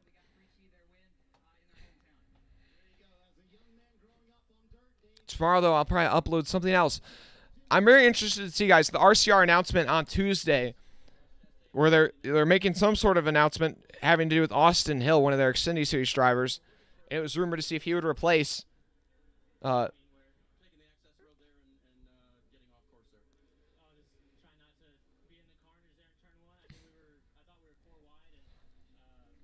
Eric. 9.5 out of 10 for you because the 26 car got a 20th place finish in stage 1. Yep. Yeah, like those two cars, they were competitive. It's just they got to be able to make it to the end of the race. If they would have made it to the end of the race, I think they could have both finished in the top 20. Anthony, you almost passed out from all that craziness.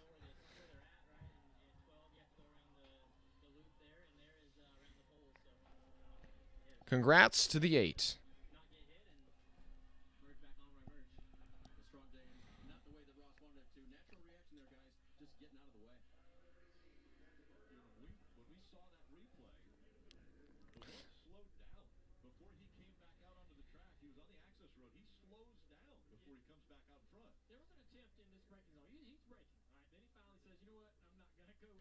Well, hey guys, I'm going to end the stream there. I appreciate y'all who tuned in. We'll be live next Sunday for Michigan, but no Xfinity Series race on Saturday. Possibly the finish, we'll see. But I'll see you guys in the next one. You're welcome, guys. I'm out.